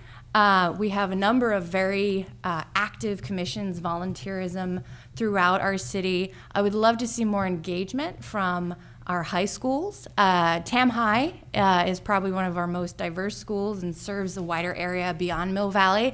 And I think that's a great resource we could tap into to have youth representation and representation from our neighbors around Mill Valley, bringing that into our city hall, bringing that into the rooms where decisions are made, and our young folks are encouraged to be part of the decisions. So that's something I would love to see more engagement from a youth perspective. Housing, infrastructure, all of the things we've been talking about, they go hand in hand with increasing the diversity and that sense of belonging in our community. I hear it also from our older adults. In my emergency preparedness work, there's less of a feeling of connection. There's less of a feeling of belonging, and there's less of an option to downsize your home into something that's more accessible for you, so that you can continue your future there. So we have to nurture those bonds. Caroline? This is a really big question and something that the city has been working on, particularly since 2020. We recognize that we have a lot of work to do. So from that, there was a DEI working group that put together a list of action items for our city to undertake. And our city manager, who was recently hired, really took that to heart. So we do have a list of action items that we are undertaking. First, I want to talk about just the overall sense of creating a welcoming sense of community where people do feel like they belong. Part of my initiative in getting out to the neighborhoods was to make those direct connections and connect the neighbors to each other so that you get to know one another. The other piece was the advisory group with the Live Well Mill Valley. It's really important as our demographics change. We need to be providing the services to our older adults, and once you provide services and meet the needs of your older adults, you tend to provide the services for the rest of your population. So that's another one where when we looked at it, we decided it was really important. Most towns just look at age-friendly. We're expanding it for age-friendly and disability-friendly because we want to be a place where people feel welcome here in our town. The other piece is, as Leah had mentioned, is making decisions through a DEI lens. All of our staff reports include that. That's something that we look at. What's the DEI impact? That's really important to us. The other aspect is affordable housing. We need more affordable housing options, and we need for diverse people and for diverse income levels. So that's another, we have a multi-pointed strategy for accomplishing that. The other thing is we participate next week is United Against Hate, and I will be there. That is where we bring the community together and we have those discussions that sometimes are hard to have. We continue to do RIPA data and reporting out, and I can say that our police force is doing a great job. Lastly, just personally, I participate in the Stand Up for Racial Justice as part of being a better leader. So. All right, thank you. Closing statements, Catherine, 1 minute. Okay. So I want to thank the Marin Women's PAC for hosting tonight and for bringing so many incredible women together to lift each other up in a world in which we so often underestimate our own capacity for leadership. I would not be running for city council if it weren't for the fact that Caroline Joachim encouraged me to take the leap. And I plan to pay it forward in the future with other women. If elected to Mill Valley City Council, I would bring the unique experience of having worked in local government as both a county attorney and land use planner. As a member of the Parks and Rec Commission, I have a unique perspective into the issues related to our vital shared community spaces, including the depot. My experience managing large-scale wildfire resilience and sea level rise mitigation public grants across jurisdictional boundaries in Marin has prepared me to help Mill Valley leverage public dollars and to match funds for maximum community benefit. As a mother to 3 young children, every decision I would make would be through the lens of long-term sustainability and health for our community. No matter what happens in this election, I am so glad that my daughters can see all of these extraordinary women doing this hard thing that is running for office, and I humbly request your endorsement. Thank you, Catherine. Leah? Thank you. As a council member, what I hope to bring to the table and to that room where decisions are made is my background, my expertise in emergency management and serving our local community and seeing the through lines that affect all of our community, our whole community. Again, as a resident and a renter and a new mom and looking for that longevity, the preservation and livability, that quality of life we want to have all of our community take part in. I hope that I can bring a fresh perspective, a different perspective than perhaps we've had in the past, and through that lens, be able to contribute not only as a public servant in our community, but also as a young female candidate here in our city of Mill Valley. Thanks to the MWPAC, I think it's through you that I might have been inspired a little bit, just a little bit, to seek this position and hope to encourage other young women to do the same. Caroline, 1 minute. Yes, I'm going to talk fast. Thank you again for this opportunity. I consider myself very fortunate to have lived in Mill Valley for so long, but I also feel equally fortunate that I've found numerous ways to contribute to our community. This involvement has brought me great joy, and it's also brought me a sense of purpose. And I'll just, as a side note, we've got 3 open seats on City Council, so I'm hoping to bulk up the number of women on City Council. I think we've got a good shot here. Anyway, I believe that my background, experience, and track record of collaboration and leadership on the council is of value, and we can build on our progress and overcome any challenges that come our way. I'm honored to have earned widespread community support, including endorsements from our former mayors, Assemblyman Damon Connolly, Marin County Supervisor Stephanie Moulton-Peters, and the Marin County Democratic Party. I hope I've earned your support this evening. Your endorsement would mean the world to me, and I thank you. Thank you very much for participating tonight. And thank you for stepping forward in public service. I would like to invite the next group of candidates who are for the North Marin Water District 1 to join us. We have Kenneth Eichstad and Mary Stomp. Stomp, okay. Thank you. All right, welcome. I know you've been in the audience, so you know how the format goes. And with 2 of you, we'll just hop back and forth. We'd like to offer you an opportunity to give a 2-minute opening statement about yourself, and then we have 2 questions from our panelists.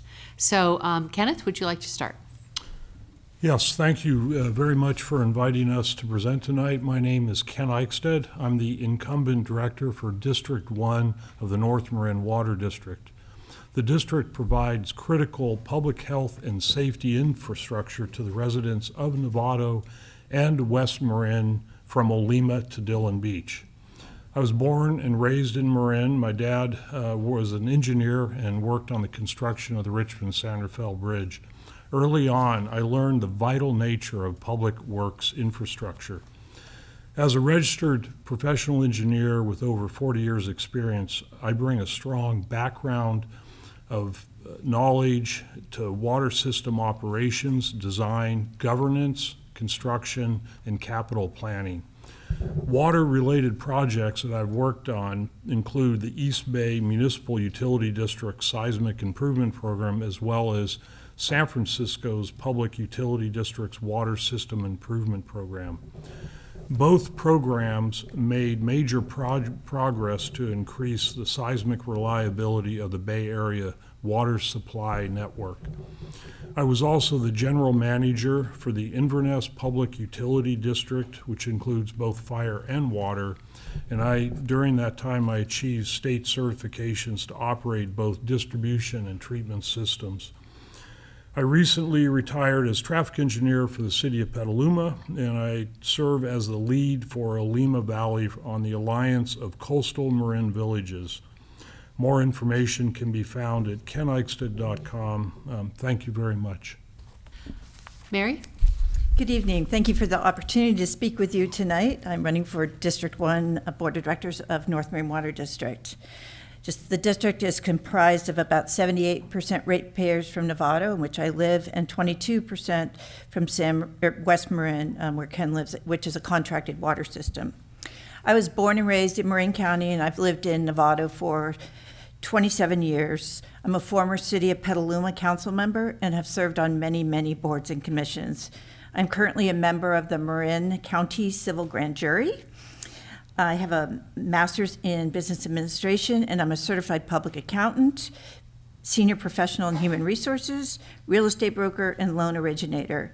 I spent the last 20 years managing as executive director of PEP Housing, which is a $10 million nonprofit building and managing affordable senior and veterans housing in Northern California.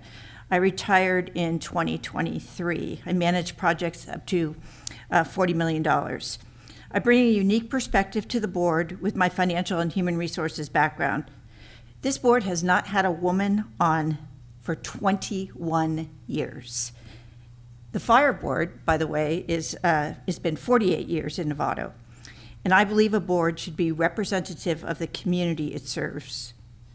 My priorities as a board member will be to grow water supply, ensure we plan for drought and atmospheric rivers with global warming, upgrade infrastructure like asbestos pipes in Novato, and aged out plants in Point Reyes treatment plant, plan for the potential reduction in water supply from Sonoma County Water with the Eel River reduction and PG&E decommissioning its hydroelectric operations, ensure institutional knowledge is retained with a good succession plan. As a special district, I think there should be more public participation. I would encourage ratepayers to participate in meetings. Thank you. Thank you. The first question by our panelist will go to Kenneth, and you have 2 minutes to answer. There are currently no women on the North Marin Water District Board, and there hasn't been one in over 20 years. What are you doing or plan to do to actively engage and elevate women to support a pipeline of female leaders into water-related positions? Thank you very much. That's an excellent question. And I've actually thought a lot about it and I've talked to a lot of people about it, and I want to give a little bit of background on the district. I've been there 2 years, and I've checked in 30% of the staff, roughly 60 workers, 58, are women, and our head of HR and our chief financial officer are women. Our clerk of the board is a woman. So we don't have it on the district, and I think it's important. I think the DEI discussion, that's an important discussion to have. Everything is kind of shifted. My best, when I worked for the city of Petaluma, we had the mayor, Teresa Barrett, woman, Peggy Flynn, woman, director, public works director currently, Gina Benedetti Petnick. And it's a rich environment when you have that, and I recognize that. I think the most important thing that I'm passionate about is making sure we have water, and water in particularly West Marin. So I want to see it, and I'm trying to find ways of forwarding that, moving that forward, because we are in a changing time. And I checked in, so we have 6 interns, and 4 of the 6 are women, and that's something that I'll definitely be championing, because I think the more diversity that we get in our discussions, the better off we are overall. So, thank you. Mary? Yes, so that's why I'm here tonight. First of all, I did apply. Ken and I both applied for he's an appointed position 2 years ago, and I was not selected by the other 4 men on the board. And I really firmly believe not just diversity in terms of sex. There's 50% women live in Novato and Point Reyes and West Marin, but also diversity in skill set. The general manager and the assistant general manager are both engineers. I bring a unique skill set in that I'm a CPA, I have a human resource background, and I have managed an organization and built $40 million affordable housing projects for the last 20 years. I've always been a mentor towards women in the organization that I managed. You know, people that would start at receptionists, these are women that would start as a receptionist. I get them training so that they could move up in the organization, and that's just something I believe in. I think it's essential that at this time there be some diversity on that board. It's not just 5 men. It's the fact that you need to bring other skill sets to the board, and maybe more women will want to work at the district. Thank you, Mary. Second question. We'll begin with Ken. Well, we're going back and forth, so. Given climate change and increasing population due to housing element plans, that are being passed through the county, what strategies and actions will you support to ensure adequate water supply for your customers? If you want me to repeat that because of my mistakes, I can do that. No, I think, just basically planning for climate change, and it's really important. And as an engineer and working with, various water systems, I've seen it comes in many different ways. It's not one particular element that goes into it. It needs, and I'm just going to list them out, connectivity. So we need the flexibility to be able to move water around, and we're actually working on that currently with Marin Municipal. And Sonoma Water, different connections. Resiliency, we're looking at increasing the Stafford storage by putting in a slide gate on that. There's a lot of environmental evaluation that needs to be done. Flexibility, providing water at different sources. Don, at the very beginning of this, talked about IPR, DPR, which is basically indirect, direct, potable reuse of water, and looking at the recycled water element.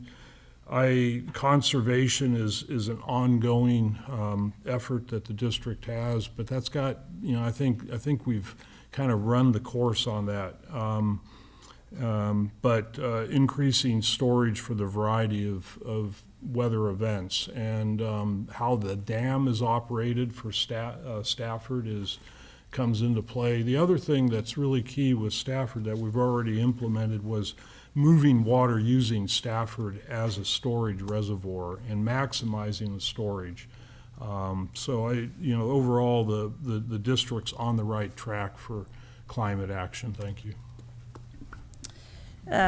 So there's a lot on the horizon for water supply, water regulation, et cetera. Some of the ways to get additional water supply is, starting with Stafford Lake, there's a spillway project that will increase storage by 3 feet, and that equals 726 acre feet.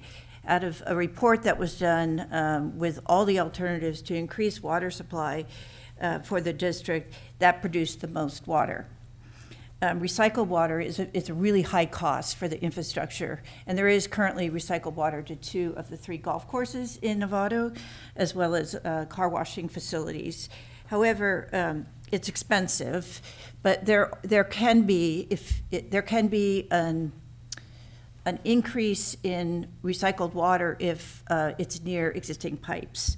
Something that has not been done before is diverting captured stormwater from 2 of the ranches. It's costly. You don't have ownership of all of that land, so that makes it challenging. Desalination is something that needs to be looked at, but it needs to be looked at as a regional project with other jurisdictions. There's something big on the horizon, and that's with Sonoma County Water. With PG&E decommissioning the Potter Valley Eel River, and Eel River flows into the Russian River. North Marin Water District gets 80% of its water from the Russian River.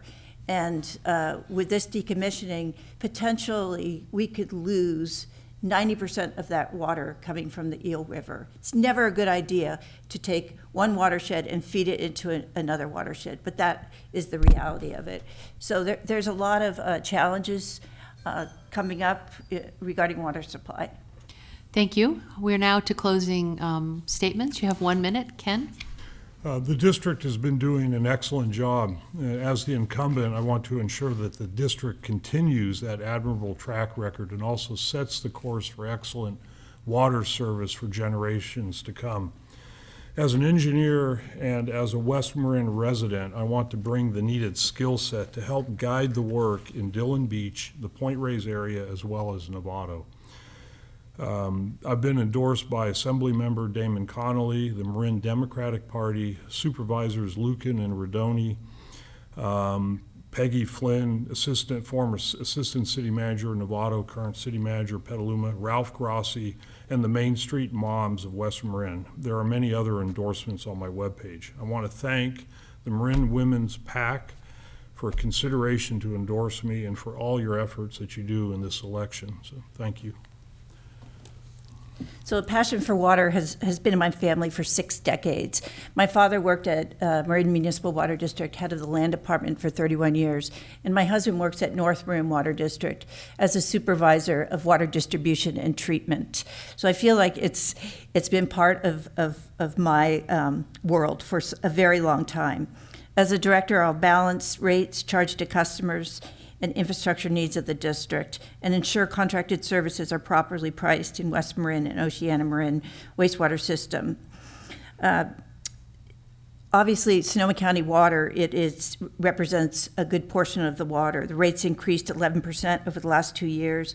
Many things are outside of the control of the district, but my experience as an executive director managing $40 million capital projects and as a CPA will be beneficial to the district. 2 recent endorsements I had, North Bay Labor Council and Coalition of Sensible Taxpayers cost.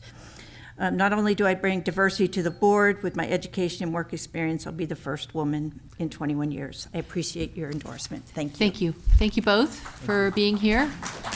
And thank you for stepping forward in public service. Thank you. We have one more interview race, and then we'll have an intermission. So per our timing, I'm reading that right? 7:30, Larkspur-Corte Madera School District. Are all those candidates here?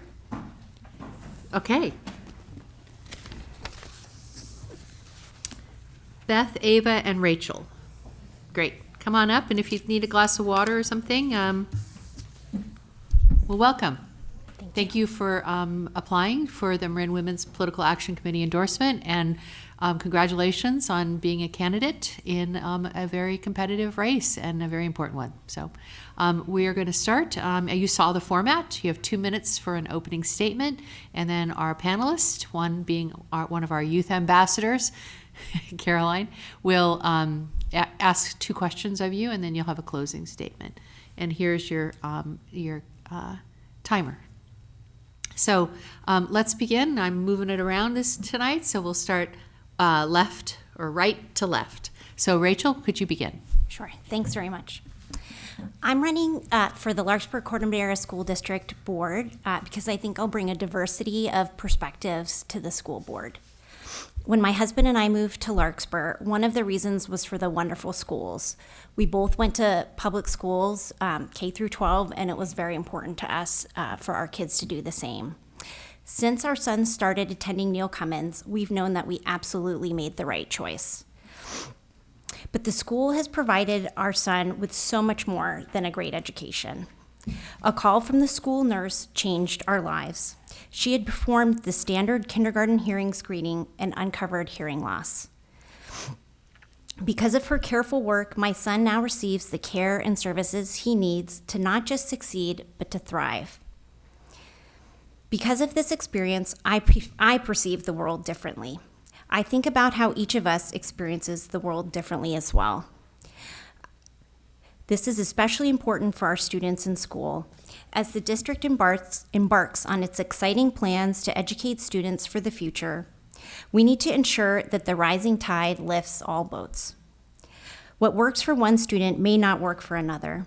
This fact has become even more important as we've seen more and more children face learning challenges and mental health challenges. I'm uniquely positioned to give voice to these students who may need a little extra help or a lot of extra help to be the best versions of themselves. Not only am I a mom, but I'm also a lawyer. Being a lawyer teaches you to consider and evaluate evidence. It teaches you to consider different viewpoints. It teaches you to creatively solve problems. It teaches you to passionately advocate for what you think is right on behalf of others. As a lawyer, I am constantly evaluating issues and helping my clients find a path forward. Finally, as a lawyer, I have special duties. I have a duty of confidentiality and a duty of loyalty to my clients. And I have a duty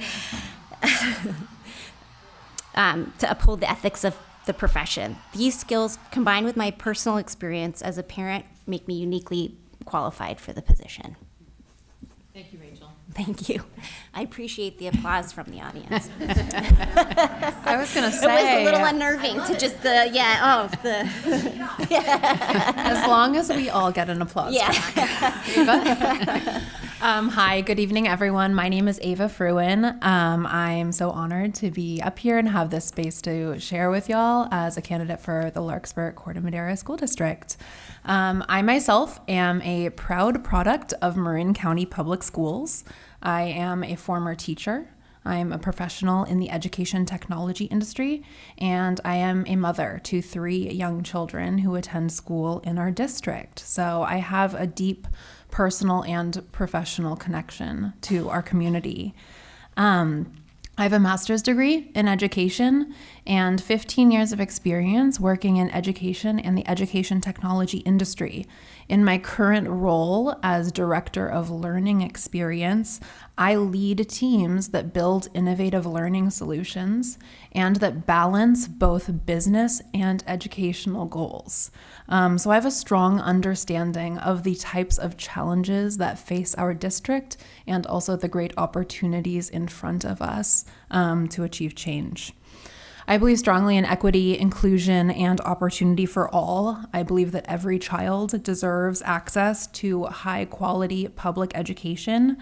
And to deliver on that promise, we need to focus on 1, closing opportunity gaps, 2, providing targeted support for underserved or at-risk students, and last but not least, fostering a sense of belonging for every student, every staff member, and every family within the district. I'm running for this seat because I believe that my experience combined with my commitment to public service enable me to bring positive and equitable solutions to our district. I would be so honored to have your support. Thank you for holding this space for us tonight. Beth? Hi, my name is Beth Blair. I am a parent of 2 children in the Larkspur-Corte Madera School District, and for the past 2 years I have been on the district's Board of Trustees. I am also a lifelong advocate for public schools. I really just believe deep in my soul that public schools have the power to transform communities. I attended public schools my entire life, K-12. I'm a former public school teacher and a public school administrator, and for my career currently, I'm an educational consultant that works with public school teachers and school districts across California and specifically right now throughout the city of San Francisco. So I really spend every day, all day, working with people in the weeds within our schools, and just believe that there is so much power in our public school system. Over the past 2 years specifically, I've learned a lot about our district, about what it means to be a trustee. I think that I spent my whole career in education and didn't quite know what a board did until I joined a board and sat in a lot of meetings. And we've accomplished a lot over the past 2 years that I'm really proud of, despite there still being a lot of work to do. I think that throughout all of our work, we've really tried to prioritize the achievement of all of our students, specifically our students who are multilingual learners, our students with IEPs, through securing additional funding for intervention positions, through prioritizing selecting a new research-aligned literacy curriculum, which is something I'm especially passionate about.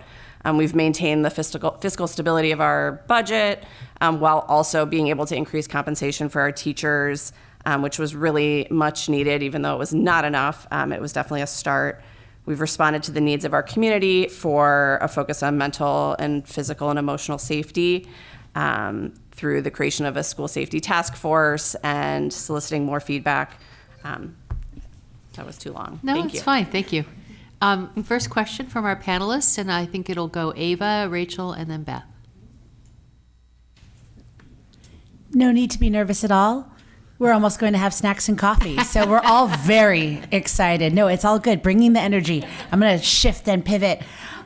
Last month, Larkspur-Corte Madera School District was highlighted in an ABC7 article regarding a new school program to require all students who ride an e-bike between home and school to register for a permit.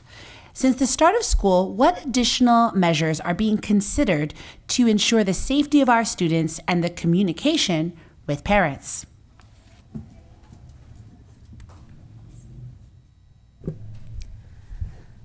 That's such a great question, one that is near and dear to my heart, and I think probably all three of us who live close to the school and have kids whizzing by our houses every day.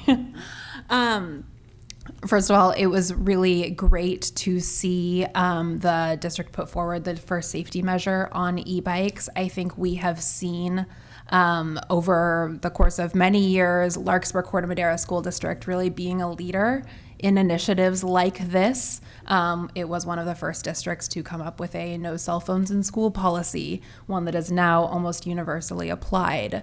So I see this as, kind of the latest example of our district really taking a leadership position on an important and emerging issue, one that did not exist, even 5 years ago. So in addition to the initial measure, we have seen a fair amount of communication coming from the district to families. As a first-time candidate, someone who's not currently sitting on the board, I really appreciate the district's commitment to communication with families. That is something that I would like to see us, one, continue, but also, secondly, expand as we move forward. I think it's really important for the district to continue to hold spaces to hear feedback from the local community on issues like this, so that the community members and families can see their own interests represented back to them.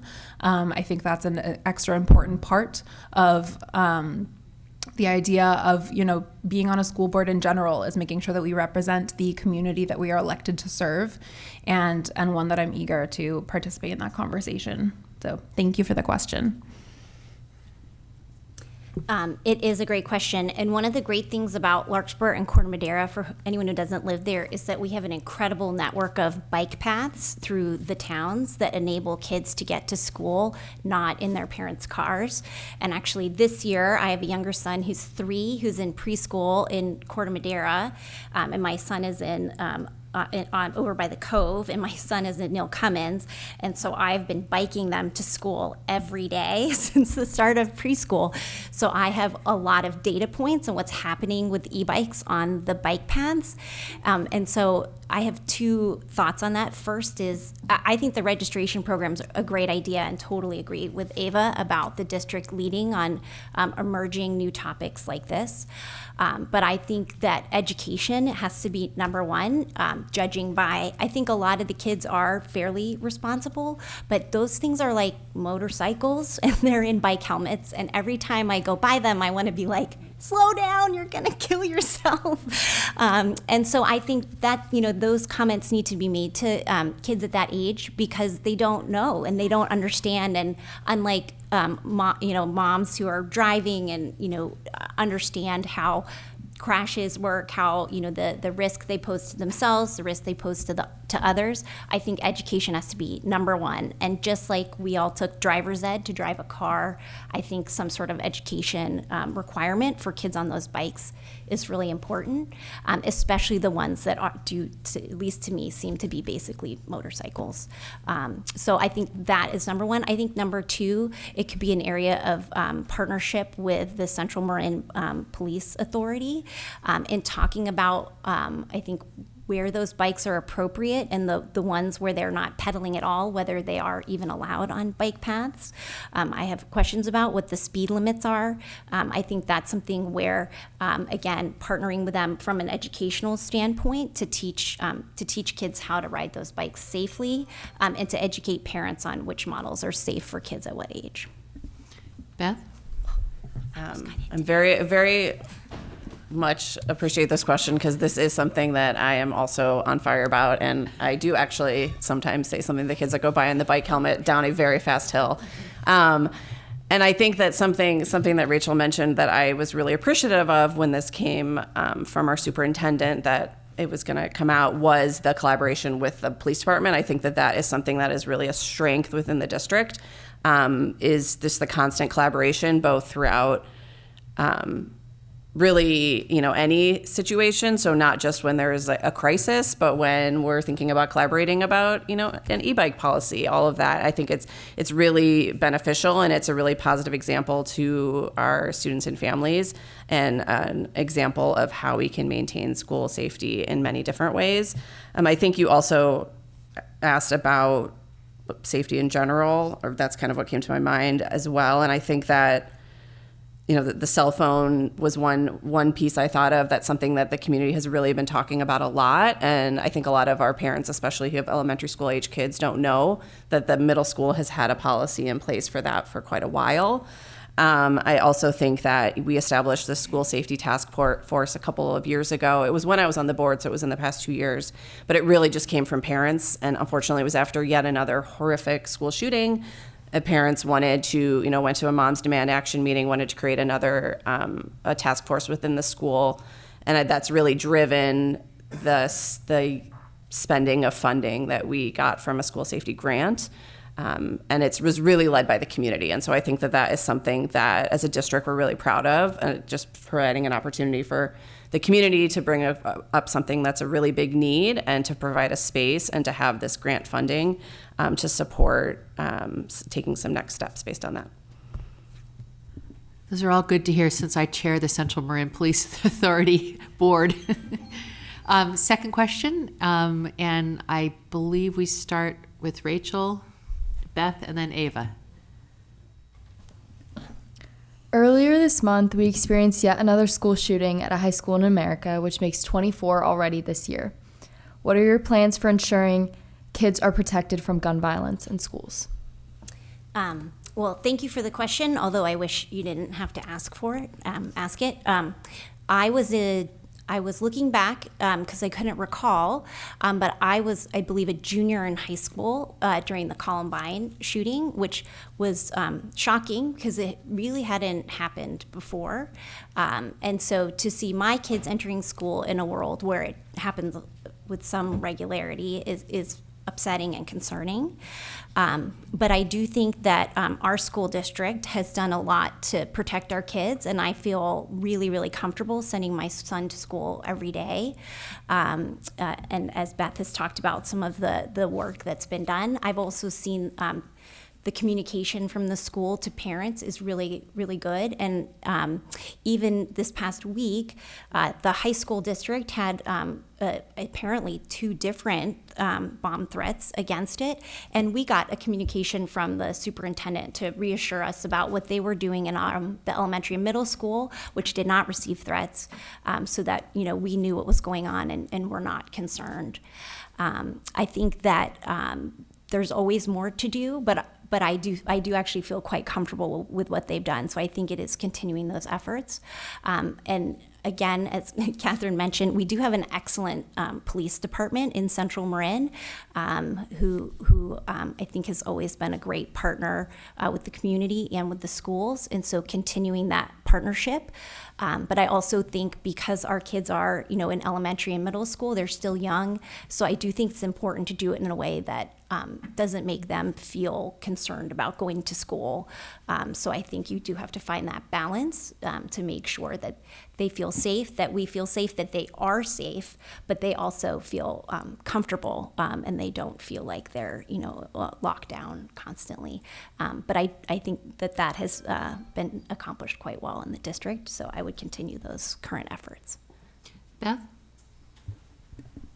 Yeah, I as a former teacher, my teaching experience is not in Marin, it's all in the city of Chicago, and I unfortunately have been a part of many lockdowns with students in classrooms, and so I always put myself in the experience now fully as a mom, but also as a teacher, and what our teachers experienced, even just having to practice these situations with their students. And so I think that one of the things that I learned as a trustee when we developed this safety task force through the grant funding, we had a research firm conduct, along with our insurance company, Keenan, this, a huge audit of our safety practices. And I think that it was really reassuring to look at that the report and to see how many practices we already had in place that they would recommend that were already up to their standards.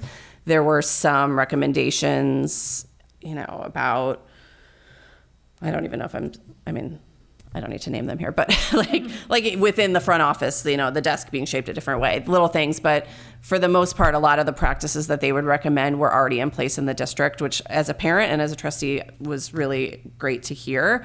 I think that hearing about the consistent practice that staff goes through with students, now hearing it from, I have a 4th grader, I also have a kindergartner. I hear how my 5-year-old talks about the drill that they practiced. And to me, it feels like a really, as developmentally appropriate as it can be for a 5-year-old to practice that, it feels like it is. And she can explain to me what they did and learned in their classroom to keep themselves safe. So I feel as good as I can be about the work that we're doing. And I think that consistently revisiting those practices, and when we have moments like what happened last Friday with the neighboring district, making sure that we're responding in an appropriate way after the fact is also really important. Ava? This is such an important question, and a couple of weeks ago, I was meeting with our district superintendent, Dr. Geithman, and talking about the work that has been done so far within the district and our safety grant. And he spoke to a strong partnership with first responders and community agencies and the importance of that. I got to see that firsthand in the incident that my fellow candidates referred to that happened last week when we were in a meeting with the superintendent on, I believe it was Thursday. No, it was Friday. It was Friday morning. And he had to continuously leave the room because he was talking to the chief of police, because he was talking to the fire department and getting those updates in real time, even though the threat was to high schools in the area and it was deemed safe for our schools in our district to continue. It was disheartening that we talk about things like that and then have to see them happen so shortly after, but heartening to see that action was being taken and that he was following through on exactly what that plan was. That being said, always more to be done. Gun violence is the leading cause of death of school-age children in our country. Not cancer, not car accidents, guns. And I think a huge part of what's needed at all levels is advocating for gun control legislation, supporting common sense gun measures at all levels, local, state, and federal. And I do believe that that starts in our schools.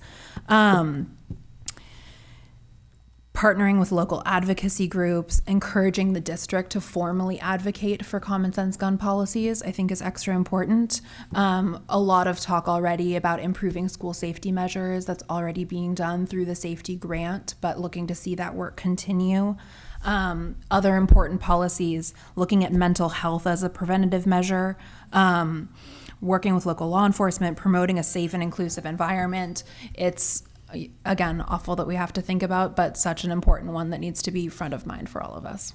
Thank you. Now we'll have closing statements. You have 1 minute. Beth, Ava, and Rachel. Thank you so much for having me tonight. It's really been great to sit here all evening and listen to all the other races, learn so much about all of the great work across our county in areas that I am not as familiar with. I feel like that I am just so appreciative just to have sat here and learned from all of you. I'm really have enjoyed being in the role of a trustee in Larkspur-Corte Madera for the past 2 years and would be honored to continue.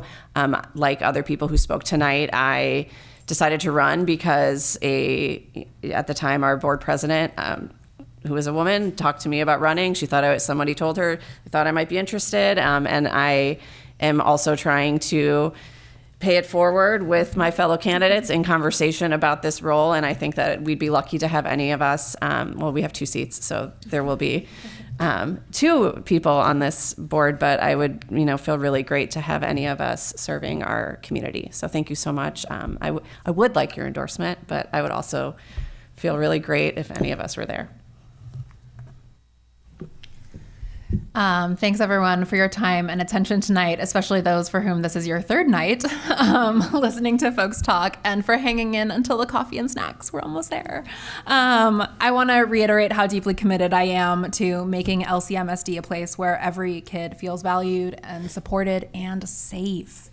Again, with my experience in leading teams on both the academic and the operational sides of education and the education technology industry, those things enable me to take a thoughtful and strategic approach. And I plan on bringing a data-driven and student-centered approach to every decision to be made on the board, to ensure we're making progress towards that brighter and more equitable future.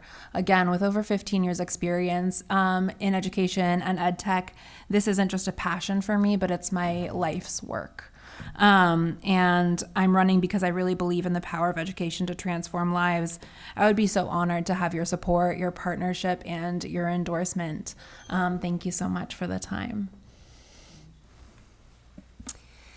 So to echo what's already been said, but this has been a really interesting evening, and it's really, it is inspiring to see all the women in Marin who are running, and to see Catherine cheering the event. So that's been really exciting, really interesting. And I also am very committed to public school education. As I said, my husband and I both went fully through public schools in our towns. My mother-in-law is a retired elementary school teacher, and my sister-in-law is a current middle school teacher. And both my parents have been university professors. So education's been really, really important in our family.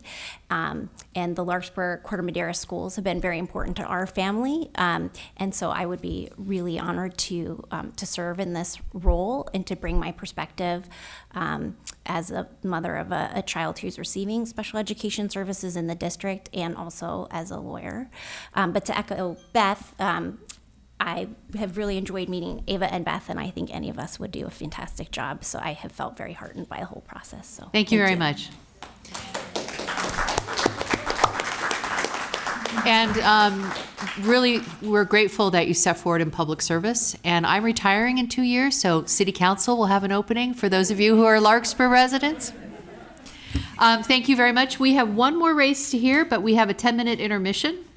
And our last race, hopefully people will be here, is the Marin Municipal Water District 2.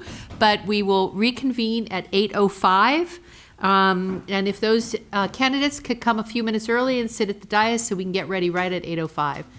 But there's some coffee and snacks. Please do not bring any food into this room. All right, welcome back to the last of our candidate races tonight for the Marin Women's Political Action Committee Endorsement Night.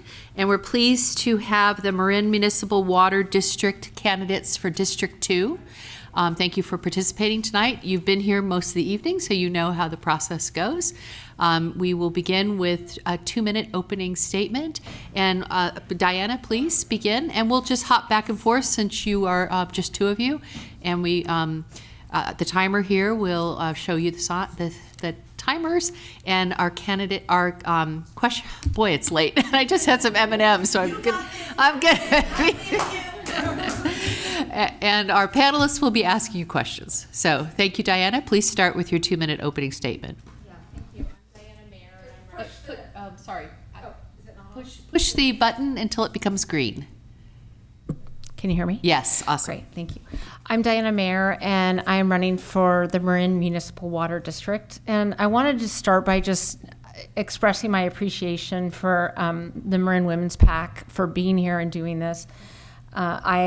Starting in college when I volunteered at Planned Parenthood, and then right after college when I took an internship with the California Abortion Rights Action League, the issue of reproductive rights has had a really big place in my heart and in my volunteer work, and I'm just so happy that we have the Women's PAC doing what it does. I have a long history of mentoring women, and several years ago I began a group and a semi-annual conference called Joy in the Law, which was meant to be a home for women lawyers seeking to find happiness as attorneys and live out their deeply held values as attorneys. And one of the reasons that I decided to run for the water board, certainly not the only reason, but a reason, is that there is currently no women on the water board, and there's been very little representation historically. One woman was on it for many years, but other than her, there hasn't been another woman on it for a long term, and traditionally it's been very male. The biggest issue in front of us is increasing water supply, and it's not going to be an easy endeavor, but it's definitely a critical one. I have a long history of working in my community, starting when I worked in the Canal District during high school. I grew up here, and then as a public defender. And excuse me, I lost my. Due to those experiences, I'm fluent in Spanish, and I hope to do a better job involving the canal in future decisions about water. Currently, I run an all-women employment law firm, and I know a lot of the local businesses in the area. Thank you. Good evening. Good night, I guess. My name is Robert Sandoval. I'm running to represent you all on the Marin Municipal Water District Division 2 seat. And I want to start by just saying thank you to the MWPAC for having me here tonight. Like many of us, my wife Linda and I decided to live in Marin because we fell in love with the community here. And we knew immediately when we were visiting on weekends from the city and from San Francisco that we really wanted to save up and start a family here.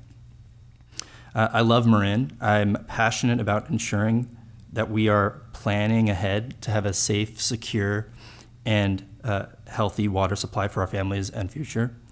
I'm a native Californian. I'm the son of a Mexican-American father from East LA and a Jewish mother from Geyserville, California, up in wine country. And now I'm the husband and father of my own young family here in San Rafael in the Peacock Gap neighborhood. My abuelito, my grandpa, was a steel worker, and he worked hard and saved up for the future. He built the foundation for my father to be the first in his family to get a higher education, and really for me to be able to sit here today before you all. I've inherited that same dedication to long-term thinking and to planning in my own life. The most recent 2021 drought showed us that we weren't prepared for the future. As a young father, a Latino leader in the community, and a lawyer, I believe I will bring a new voice to the board and a vision that's focused on the future of our water supply, financial management, and affordability for all. I have a demonstrated commitment to public service and a track record of working with the city and county and within state and local government, and a record of trust and accountability to the community. I began my career as a California Deputy Attorney General under Kamala Harris, and I've always used my privilege as a lawyer to serve others. I'm proudly endorsed by many of my neighbors, people in our community here in San Rafael who know me personally. Thank you. Thank you, Robert. The first question, and please to Diana first, and then Robert. Okay. Having access to water is essential for families in Marin to thrive. Achieving an acceptable level of water resiliency will require significant capital investment by MMWD. How would you propose funding the infrastructure expansion and improvements needed to meet that demand? Well, I think the good news is that we are on the right track. The very sharp increase in rates that happened a few years ago, unfortunately, I think was very necessary. We were about $1 million in arrears each month, and now we are finally in the black, so that's a good thing. And we're putting money away. We have now, I think, like a AA rating if we want to take out a bond, for example. I think that we should look at all possible things. We have state and federal grants we can apply for. There is some rental income that the board gets through its property, and it could be doing more in that regard. And then finally, I think that if we're talking about something for the benefit of those who come after us in the future, I think taking out a bond is not a bad solution at all. So those would be the things I would like to see, in addition to much more modest increases in the rates over the future, just really setting pace with inflation so we don't have to do this again where we have this huge increase very suddenly. Great question. We've gotten this a lot on the campaign trail so far, and I think we have similar answers here. I would like to focus on tailoring our projects to really receive and make sure that we're receiving as much state and federal grant funding as possible. My conversations with some of the board members leads me to believe that we aren't currently doing that right now. Second, I think we need to be planning and budgeting for the long term, which must involve reasonable rate increases that are planned ahead of time instead of being so reactionary like we were in 2021. And I think I also think that depending on public sentiment in the long term, we should be exploring solutions like bonds.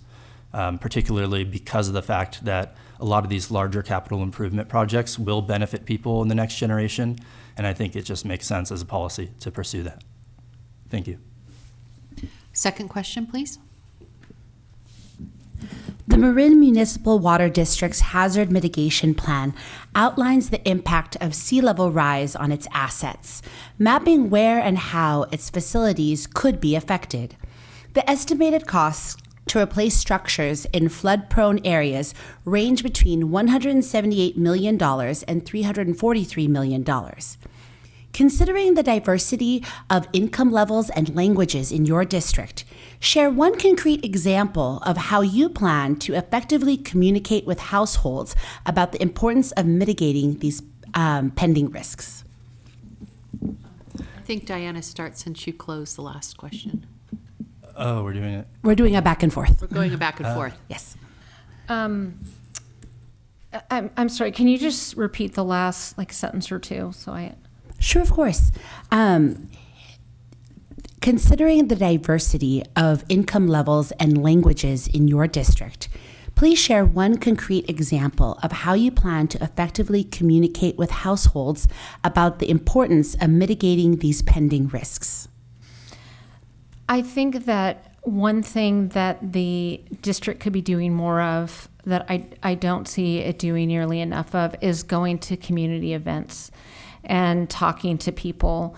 Obviously, my Spanish will come in very handy if I'm the one that's showing up at some of these things, and then we would have to obviously find other speakers of other languages.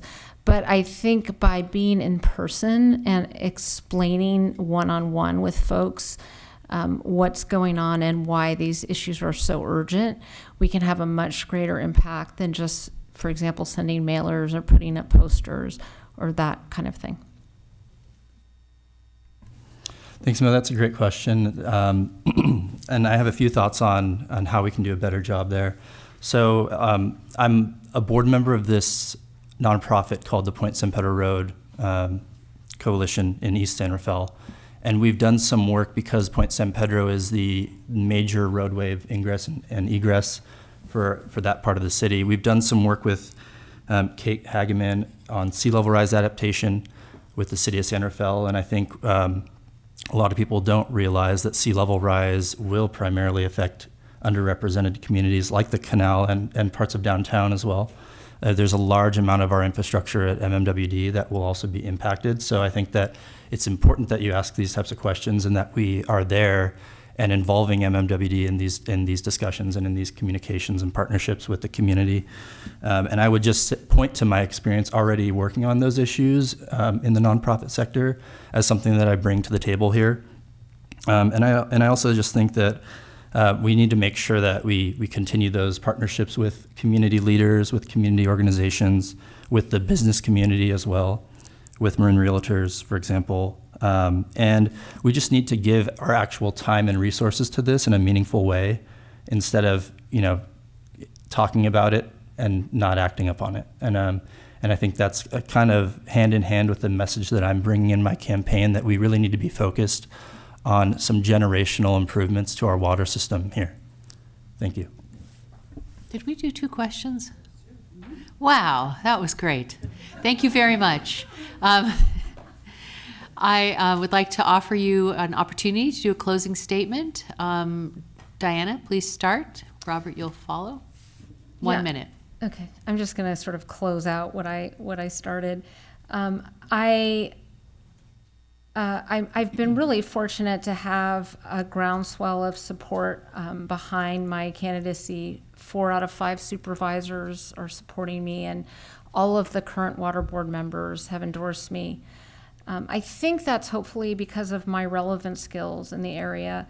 The issues before the board are going to require a board member who is really excellent at synthesizing complex issues and lots of information, especially with an eye to finding consensus when none before existed. That's the work that I do every day as a mediator. I also have a background working on environmental issues. I worked for Henry Waxman out of college.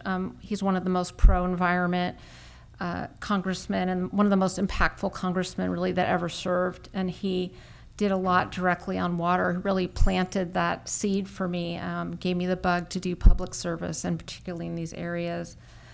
I just want to, thank you so much for allowing me to be here, and I'd be honored to have your endorsement.